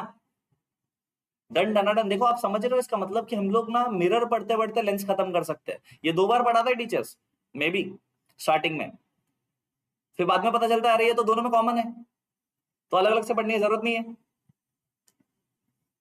Hello Riyan, welcome. ठीक है, चलो। अच्छा बाय द वे, ये वीडियो का लिंक सेव करके रखना अपने पास में। ये आपके एग्जाम से एक दिन पहले देख लोगे ना तो आपका पूरा चैप्टर रिवीजन होगा।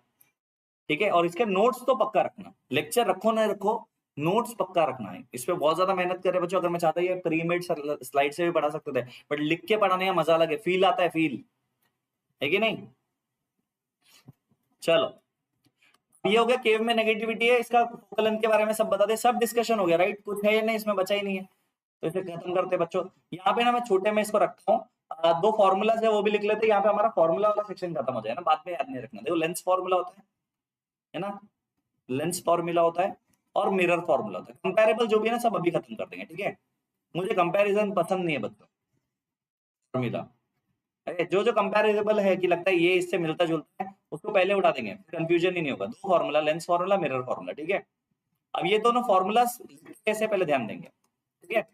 अब देखो दोनों फॉर्मूला में एक चीज कॉमन है, उसका structure 1/f is equals to 1/v 1/u, ठीक है। Mirror formula 1/f is equals to 1/v 1/u। याद रख लेना, लेंस में आता है नेगेटिव, लेंस में आता है नेगेटिव और मिरर में आता है पॉजिटिव। बोलो लेंस में आता है नेगेटिव, मिरर में आता है पॉजिटिव, खत्म, इतना ही है डिफरेंस। सेम अगर आपने देखा होगा, ओके, इसका उल्टा था जब हम लोग मैग्निफिकेशन पढ़ रहे थे, इसे देख लो। वेरी गुड रेयन, क्या बात है, सो प्राउड ऑफ यू, बहुत अच्छा। ठीक है, लिख लो बच्चों, लिख लो, बार बार नहीं आएगा, आज आया है अच्छे से लिख लो। ये कॉन्सेप्ट बार बार देखने नहीं मिलता, वन शॉट। और केव में नेगेटिविटी है, ये कभी नहीं भूलना है, राइट। चलो, तो this is done, this is done. अच्छा बाय द वे, कल प्रैक्टिकल है 7 बजे, हम लोग लाइट के बेसिस पर प्रैक्टिकल करने वाले नेक्स्ट वीक, नेक्स्ट डे, कल कल टुमारो 7 PM पर। हाँ तो उसको भी भूलना नहीं, ठीक है। चलो, सो दिस इज डन। अब आगे बढ़ते हैं। सब बोला था ना जाने वक्त, जाते वक्त, हाँ राइट है, याद है मुझे। दिस इज डन, बहुत अच्छा है, कॉन्फिडेंस के साथ किया जाए, ना रियन। अब आता है ना ग्लास लैब का एक्सपेरिमेंट, ठीक है, एकदम सिंपल है। देखो एक ही इससे समझ जाओगे। हम ना 2 चीजें करेंगे पहले, ओके। पहले हम लोग एक ग्लास स्लैब लेंगे, ठीक है। तो पहले ना ग्लास स्लैब बनाते हैं, मस्त अच्छा बनाएंगे ना। ये क्या है, ये अच्छा नहीं है, I don't like it. Glass slab लेते हैं, बनाते हैं इस तरह से, ठीक है। ये हमारा ग्लास स्लैब है।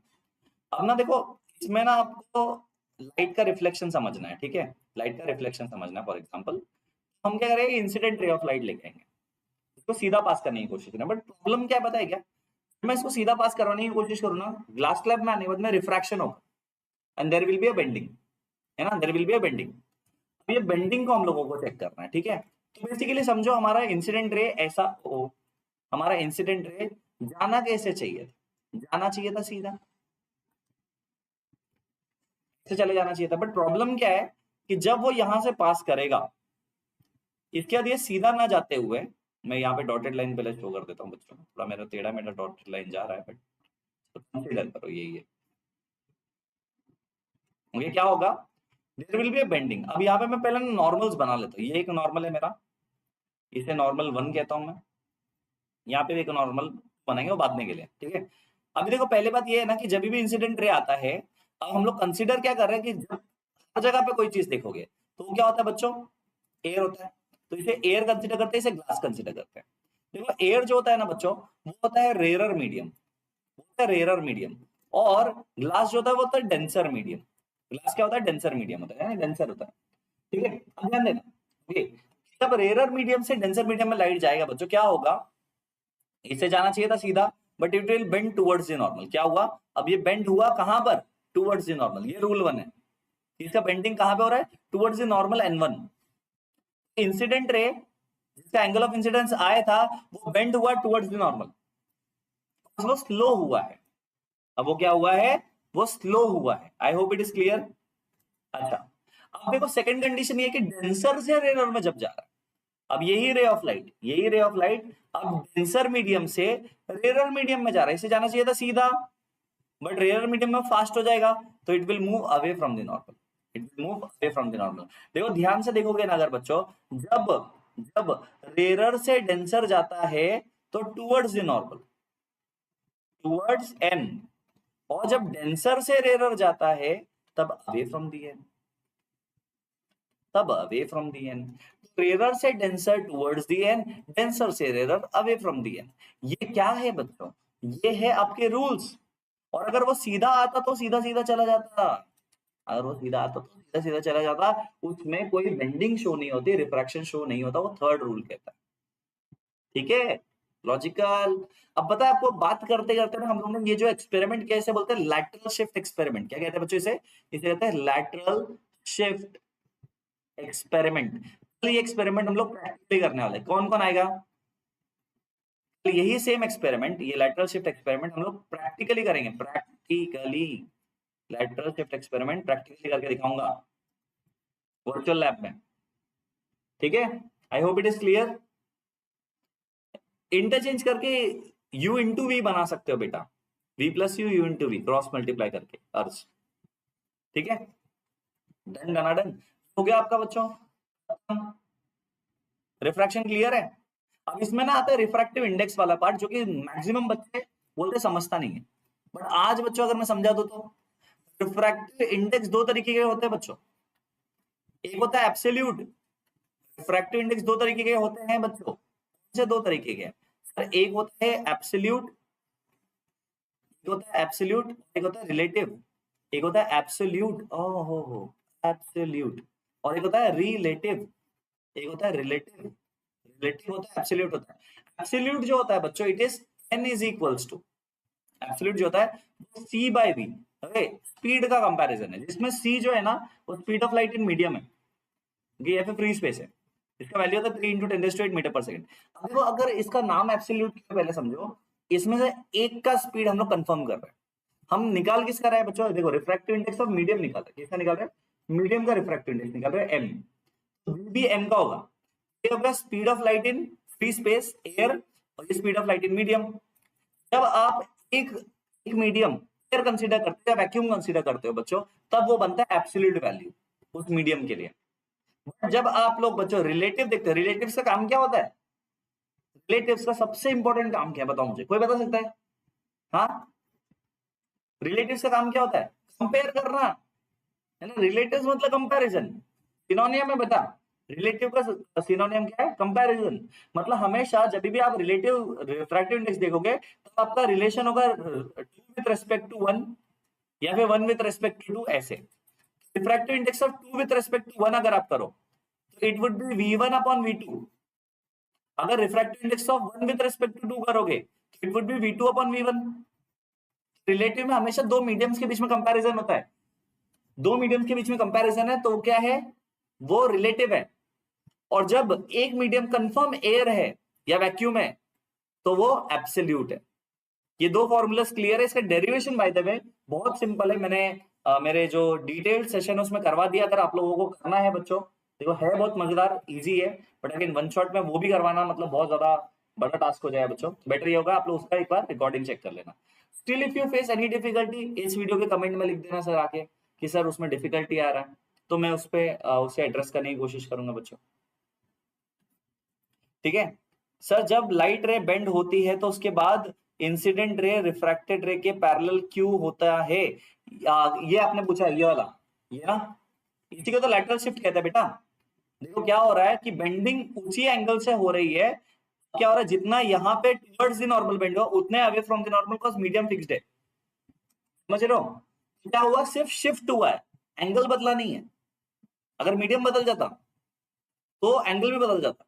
बट प्रॉब्लम क्या है, आई से आर हुआ, पहले रिफ्रैक्शन हुआ, फिर रिफ्रैक्शन में एक टुवर्ड्स द बेंडिंग जितना हुआ उतना अवे भी हो गया। तो मतलब क्या हुआ, सिर्फ शिफ्ट हुआ है लाइट, डायरेक्शनल शिफ्ट है, एंगुलर शिफ्ट नहीं हुआ है, इसीलिए इसके लैटरल शिफ्ट कहते हैं। ये लाइन वाइज शिफ्ट हो रहा है बच्चों, एंगुलर एंगुलर शिफ्ट नहीं हो रहा है इसमें। समझ रहे हो? ये एंगुलर शिफ्ट होगा प्रिज्म में। ये बहुत अच्छा क्वेश्चन है प्रतीक, समझ रहे हो? प्रिज्म में आपने देखा होगा ना, प्रिज्म का जब डायग्राम होता है, ये ऐसा बेंडिंग देखते हो आप लोग, है ना, रे ऑफ लाइट बाहर निकलते हैं, यहाँ पे एंगुलर शिफ्ट हुआ है देखो। बट ग्लास स्लैब में ऐसा नहीं है। ग्लास स्लैब के केस में हम लोग मोनोक्रोमेटिक रे लेते हैं, ओके, जो शिफ्ट होगा सिर्फ एक डायरेक्शन से, बिकॉज जो उसका थिकनेस है वो यूनिफॉर्म है। I hope it is clear. Note कर लो बच्चों इसे।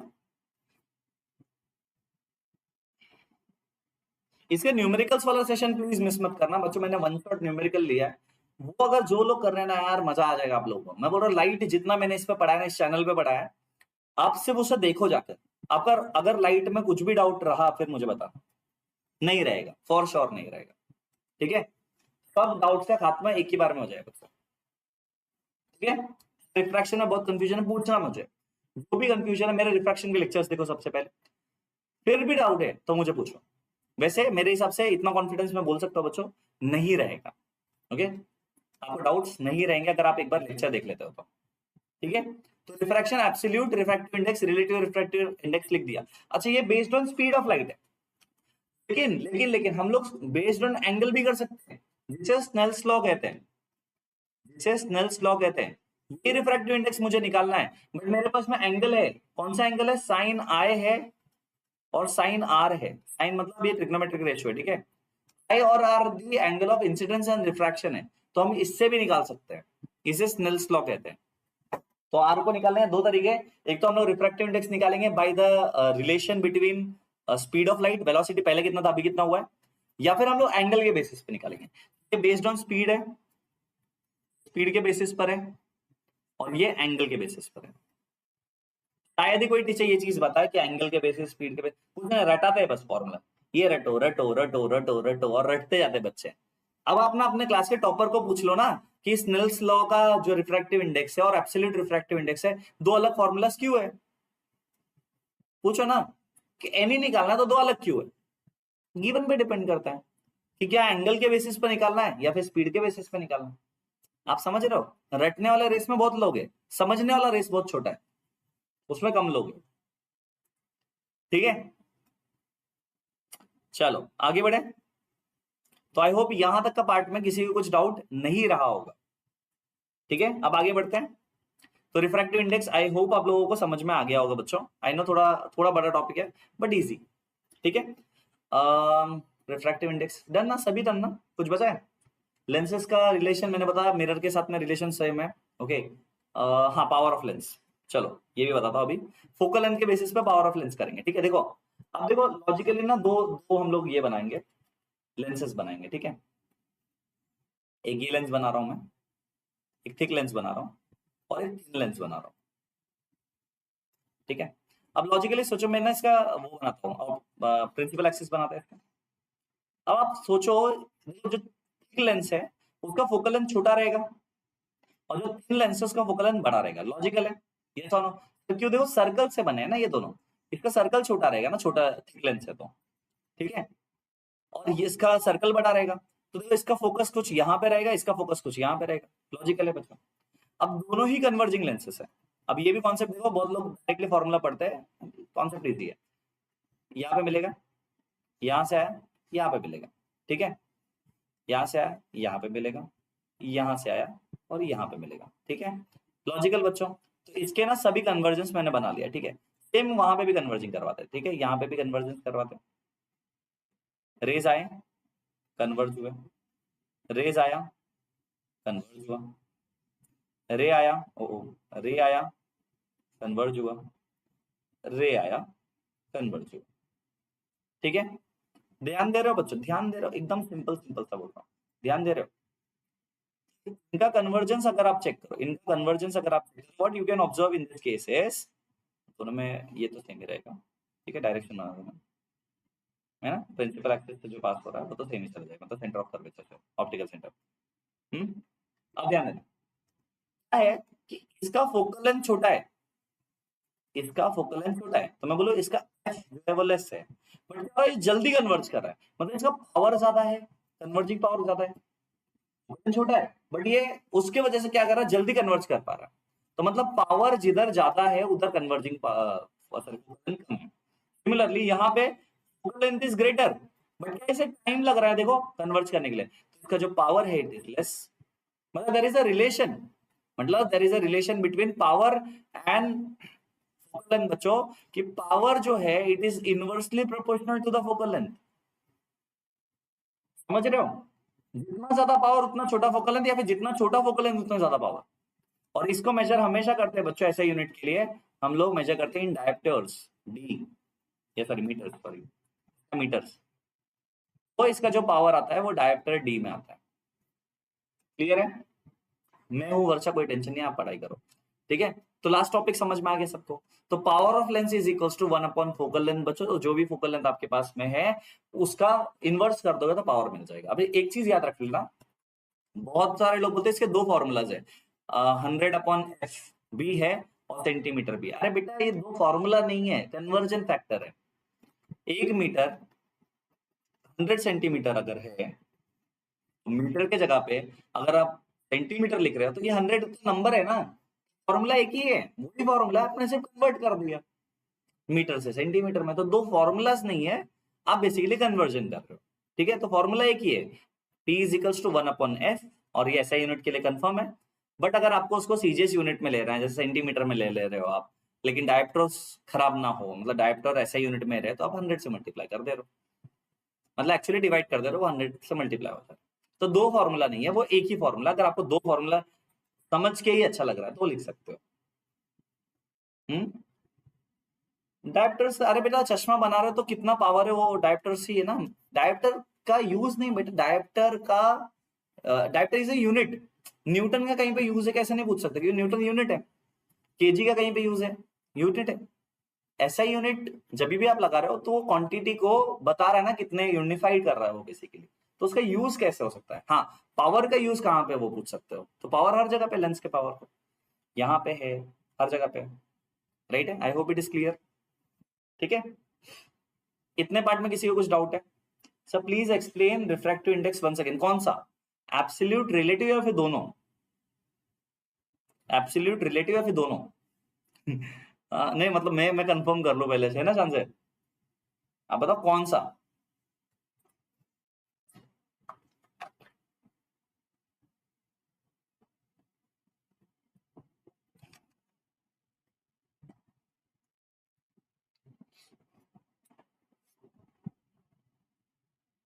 आई होप यहां तक का पार्ट सबको समझा है ना, कर दूंगा कोई बात नहीं है, एकदम इजी तो रिफ्रैक्टिव इंडेक्स भी, बट कौन सा करना है वो बताओ।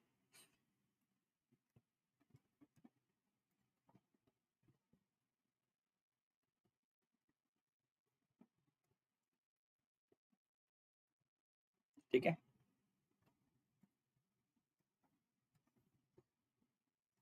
वीडियो रिवर्स भी होती है, दोनों ही पॉसिबल, पॉसिबल तो है ना, क्या टेंशन है, आप पूछो मैं बताऊंगा। देखो पहले ना आपको मैं एब्सोल्यूट समझाता हूँ, ठीक है, एब्सोल्यूट समझ लो पहले अच्छे से, फिर हम लोग रिलेटिव को दूसरे पेज पे जाएंगे सीधा।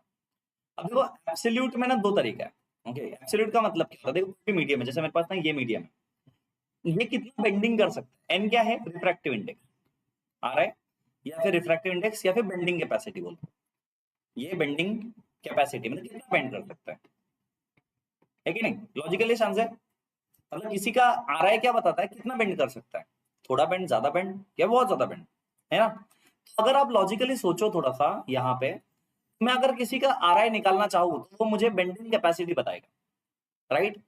अब मुझे एन मतलब आर आई निकालना है अगर, जो एंगल के बेसिस पर, तो मैं लिखता हूँ sine I upon sine are.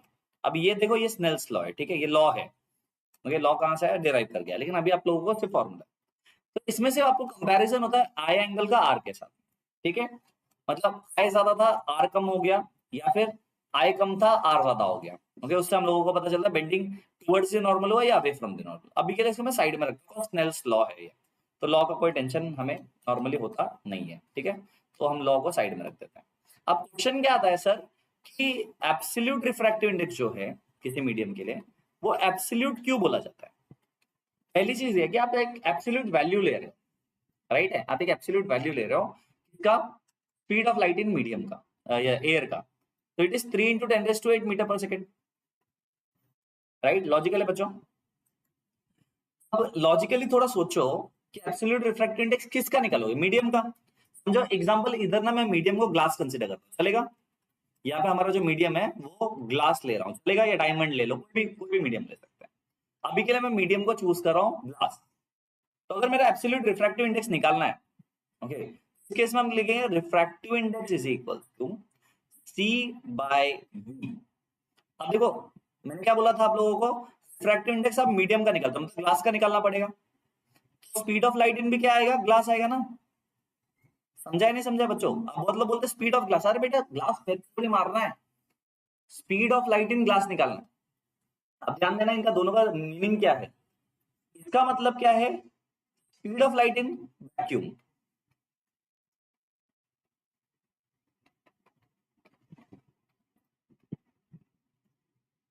इसका मतलब क्या है, speed of light in glass, है ना। तो रिफ्रैक्टिव इंडेक्स जिसका निकालते हो, जिसका रिफ्रैक्टिव इंडेक्स निकलेगा वो नीचे लिखा जाएगा। तो क्योंकि हम लोग कंपैरिजन कर रहे हैं कि पहले कितना था लाइट एयर में, अब ग्लास में आने के बाद कितना हुआ, बेंड कितना हुआ, स्पीड स्लोअर होता है ना, बेंडिंग होती है तब। तो देखो कंफर्म है एरर मीडियम कि c is equals to 3 into 10⁸ metre पर सेकंड, एक्चुअली लोगों की वजह से आएगी इसलिए नहीं दिख रहा आपको। ओके, तो हम लोग क्या कर रहे हैं, जिसका रिफ्रैक्टिव इंडेक्स निकालना है उसका स्पीड नीचे लिखते हैं, बिकॉज हम लोग कंपेयर कर रहे हैं एब्सोल्यूट वैल्यू से, दैट इज 3 इंटू 10⁸ मीटर पर सेकंड को कंपेयर करेंगे ग्लास के साथ। क्या ये एब्सोल्यूट रिफ्रैक्टिव इंडेक्स क्लियर है। अगर एब्सोल्यूट रिफ्रैक्टिव इंडेक्स क्लियर है तो रिलेटिव रिफ्रैक्टिव इंडेक्स का फॉर्मूला शानजाय में अभी 2 मिनट में करवाता हूं, डेरिवेशन के साथ में 2 मिनट में हो जाएगा। सिर्फ ये फॉर्मूला क्लियर होना चाहिए, ये एब्सोल्यूट क्लियर है तो एब्सोल्यूट से आप रिलेटिव बना सकते हैं। सर डायमंड का कौन सा मीडियम कहेंगे, अरे बेटा वो देखो डिपेंड करता है कंपेयर किससे कर रहे हो, है ना। डायमंड अगर ग्लास स्लैब से कंपेयर करो तो डेंसर हो गया वहां पे, है ना, तो मीडियम किससे कंपेयर है, ठीक है, लॉजिकल। अब देखो अगर मैं रिलेटिव रिफ्रैक्टिव इंडेक्स निकालने की कोशिश करूं इसी फॉर्मूले से, अगर मैं रिलेटिव रिफ्रैक्टिव इंडेक्स निकालने की कोशिश करूं, बच्चों ध्यान देना, ये तो हो गया हमारा, इसे मैं साइड में छोटे में लिख देता हूं, ठीक है, इसे साइड में लिख देता हूं, ठीक है, ये हो गया हमारा काम, यहाँ से इसको भी यहाँ पे लिख देता हूँ, ये भी काम हो गया। अब रिलेटिव देखो, तो अगर मुझे refractive index of 2 with respect, नहीं चलो 2 निकालना, रिफ्रैक्टिव इंडेक्स ऑफ 2, तो मैं c बाई वी टू लिख सकता हूँ, है ना, लॉजिकल। तो मुझे रिफ्रैक्टिव इंडेक्स ऑफ 1 निकालना है तो मैं c बाई वी वन लिख सकता हूँ, राइट है क्या। जो ग्लास था तो ग्लास लिखा, ये लॉजिक समझाएगा शानदार। देखो n1 निकालना है तो c अपॉन v1, n2 निकालना है तो c upon v2, logical. n1 is c upon v1, n2 is c upon v2, ठीक है। अब लॉजिक देखना बहुत मजेदार है। अब अगर मैं समझो n2 अपॉन n1 करूं, मैं n2 अपॉन n1 करूंगा, आप n1 अपॉन n2 करोगे, चलेगा, डिविजन है, बस डिवाइड करना है, कर सकते हो, एकदम सिंपल है। तो it will be equals to, देखो n2 क्या है, c अपॉन v2 है, c अपॉन v2, n1 क्या है, c अपॉन v1 है, तो c अपॉन v1, इसको सिंप्लीफाई करते हैं, n2 upon n1 is equals to c upon v2 multiplied by v1 upon c। अब ये तो मैथमेटिक्स है ना बच्चों, अगर डिवीजन का डिवीजन है तो वो इन्वर्ट होके बच्चों हम लोग मल्टीप्लाई कर सकते हैं v1 अपॉन c, राइट। अब इसमें कुछ कॉमन दिख रहा है क्या, हाँ सर मुझे c कॉमन लग रहा है, तो c कैंसिल आउट कर देते हैं। n2 अपॉन n1 का फॉर्मूला क्या बना, n2 upon n1 is equals to v1 upon v2। क्या है, यह है refractive index of medium two with respect to medium one के कंपैरिजन में मीडियम टू का रिफ्रैक्टिव इंडेक्स कितना है? समझे बच्चों? ये हो गया N2 अपन N1। अब N1 अपन N2 क्या होगा? Refractive index of 1 with respect to 2, मतलब 1 में लाइट जा रहा है। देखो जिसका हम लोग रिफ्रैक्टिव इंडेक्स निकालते हैं उसमें लाइट जा रहा है, मतलब ये क्या कह रहा है, ये क्या कह रहा है, ध्यान देना कि ये मीडियम 1 है और ये मीडियम 2 है। हम रिफ्रैक्टिव इंडेक्स जिसका भी निकालते हैं, अभी हम लोग ने N2 निकाला है, ओके, तो लाइट हमेशा मीडियम 1 से मीडियम 2 में जा रहा है। समझ रहे हो बच्चों? लॉजिक समझा या नहीं समझा? नहीं समझा तो मैं फिर से बताता हूं। जिसका रिफ्रैक्टिव इंडेक्स निकालते हो बच्चों उसमें लाइट जा रहा है। मैंने अगर 2 का निकाला है विद रेस्पेक्ट टू तो 1 से 2 में आ रहा है। अगर बच्चों मैं आपको बोलता हूं, ध्यान देना, बहुत इंपॉर्टेंट पॉइंट मैं डिस्कस करने जा रहा हूं अभी। अगर मैं कहूं मुझे N1 अपॉन N2 चाहिए, अगर मुझे N1 अपॉन N2 चाहिए, अगर यही सेम चीज करना है आपको, C1 by V1 divided by C2 upon V2 अगर आप करके देखो तो आपका फॉर्मूला बनता है V2 अपॉन V1। मतलब लाइट कहां से कहां जा रहा है? लाइट कहां से कहां जा रहा है बेटा? देखो एकदम सिंपल, ये हमारा मीडियम है, मीडियम 2 से, मैं M2 लिखता हूं, ठीक है, मीडियम 2 से मीडियम 1 में जा रहा है लाइट, क्योंकि हमने रिफ्रैक्टिव इंडेक्स ऑफ 1 निकाला ना। अरे समझा या नहीं समझा बच्चों? Easy PG. कहां से आया? मीडियम 2 से आया। किस में आया? मीडियम 1 में आया। अब बच्चे बोले सर N1 अपॉन N2 समझना इजी है, बट आप पहले कुछ और लिख रहे थे। बेटा वो आपको सिंप्लीफाई करके देता हूं। N2 with respect to 1, N1 with respect to 2, जिसका रेस्पेक्ट है उसको सर पे रखो। क्या बोला? याद रखने के लिए कैसे बोलोगे? जिसका रेस्पेक्ट है उसको सर पे रखेंगे। तो बोलो, अगर मैं बोलूं N2 with respect to 1, N1 with respect to 2, respect to मतलब N1 लिखा तो 1 में आ रहा है लाइट, कहां से आ रहा है? 2 से आ रहा है। अगर N2 अपन 1 लिखूं, इसका मतलब क्या है बच्चों? 2 में आ रहा है लाइट, कहां से आ रहा है? 1 से आ रहा है। दैट्स इट, खत्म। ये है आपका रिलेटिव रिफ्रैक्टिव इंडेक्स के दो फॉर्मूलास। हाँ बताओ ना, बताओ वर्षा, क्या डाउट है? I try to clear it, कोई दिक्कत नहीं है, आप पूछो। और बच्चों देखो, अगर आप लोग एंजॉय कर रहे हो क्लास को, ठीक है, मैंने बहुत डिटेल में सेशन ले लिया है, तो share it with your friends if possible, ठीक है। एंड लाइक जरूर कर देना अगर आप लोग अभी तक हो यहाँ पे, ओके, सेशन में हो तो लाइक कर देना, ओके। और टेंशन मत लो, ये चैप्टर के डिटेल्ड 1-1 सेशंस भी मैंने पहले ले लिए, तो आप लोग वहां से रिकॉर्डिंग्स भी चेक कर सकते हो। वन शॉट में तो वैसे मैक्सिमम चीज क्लियर हो ही जाएगा, बट आप लोग वहां से भी चेक कर सकते हो, ठीक है। Clear clear.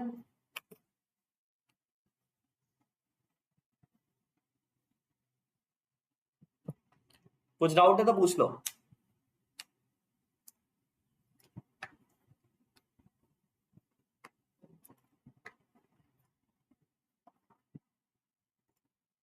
चलो, तो आई होप बच्चों आज का सेशन आप लोग ने, व्हाट इज ऑप्टिकल सेंटर? बेटा लेंस का सेंट्रल पार्ट को ऑप्टिकल सेंटर कहते हैं। ये है ना, जैसे फॉर एग्जांपल ये जो पार्ट है, अगर मैं एक एक्सिस बना दूं ऐसा, this will be your optical centre. यहाँ पे ये ऑप्टिकल सेंटर है, ठीक है। तो बेसिकली एक्सिस जो डिवाइड कर रहे लेंस को दो पार्ट में, और उसी पॉइंट से कोई डिविएशन देखने नहीं मिलता है। ऐसा दो तरीके से आप समझ सकते हो ऑप्टिकल सेंटर होता है।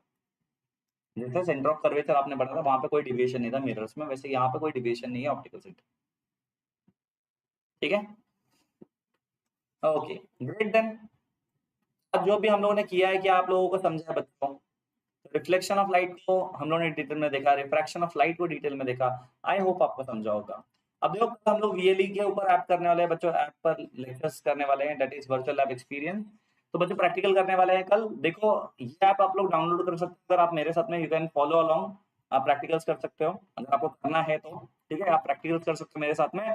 और दूसरी चीज ये है कि बच्चों वीएलई ऐप आप लोग डाउनलोड भी कर सकते हो, ठीक है, लाइव लेक्चर्स होंगे, आप डाउनलोड भी कर सकते हो। मेरे लेक्चर्स अगर आप लोग लाइव देखना चाहते हो बच्चों ऐप पर, तो एमवाइप ऐप पर आप आ सकते हो। डेली मंडे टू फ्राइडे मेरे लेक्चर्स होते हैं बच्चों एट 5 PM। तो आप मेरे लेक्चर्स 5 बजे देख सकते हो, 5 PM पर लेक्चर्स मेरे होते हैं नॉर्मली, आप लोग चेक कर सकते हो बच्चों। इसमें हर एक चीजें आप लोगों को मिल जाएगी। और एक चीज याद रखना कि ये लेक्चर क्लास 10 के लिए होता है, क्लास 9 का 4 PM पर होता है बच्चों। तो लाइव लेक्चर्स आप देख सकते हो, इसमें आपको 3D एनिमेटेड वीडियोस और कोर्स बुक्स भी मिलेंगे, आप लोग देख सकते हो बच्चों। एंड आप लोगों के लिए एमबाइब लेंस ऐप भी है बच्चों, जिसे आप लोग स्कैन करके आपके सभी चैप्टर्स का जो प्रिपरेशन है आप स्टार्ट कर सकते हो बच्चों, before any teacher teachers you.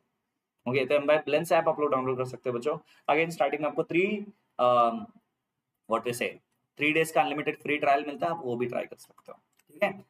And जिन्होंने अभी तक टीजी ग्रुप को ज्वाइन नहीं किया, टीजी ग्रुप को ज्वाइन कर लो, t.me/mbibcbsckten। Okay, this is the link. And आप लोगों के लिए डाउट रेजोल्यूशन व्हाट्सएप ग्रुप है बच्चों, that is powered by AI. तो 24/7 आपके डाउट सॉल्व होते हैं बच्चों, भले वो एकेडमिक डाउट्स हो या जनरल डाउट्स हो, तो आप लोग पूछ सकते हो, जो डाउट्स आप लोगों को है, आपके डाउट्स विल बी आंसर्ड, ठीक है। तो आई होप बच्चों आज का सेशन आप लोगों ने एंजॉय किया होगा। ओके, मैंने बहुत ज्यादा एंजॉय किया, बहुत ज्यादा डिटेल सेशन हो गया है। ओके, तो आप अपने फ्रेंड से लिंक शेयर कर सकते हो, सो दैट उनका अगर प्रिपरेशन नहीं हुआ है तो उनका भी प्रिपरेशन हो सकता है, ठीक है। तो चलो मिलते हैं नेक्स्ट क्लास में। Till then bye bye, take care, this Akshay बदा signing off. Good night everyone, मजा आया आप लोगों के साथ में, मिले हैं कल 7 PM पर। Bye bye. Keep imbibing. We believe in you.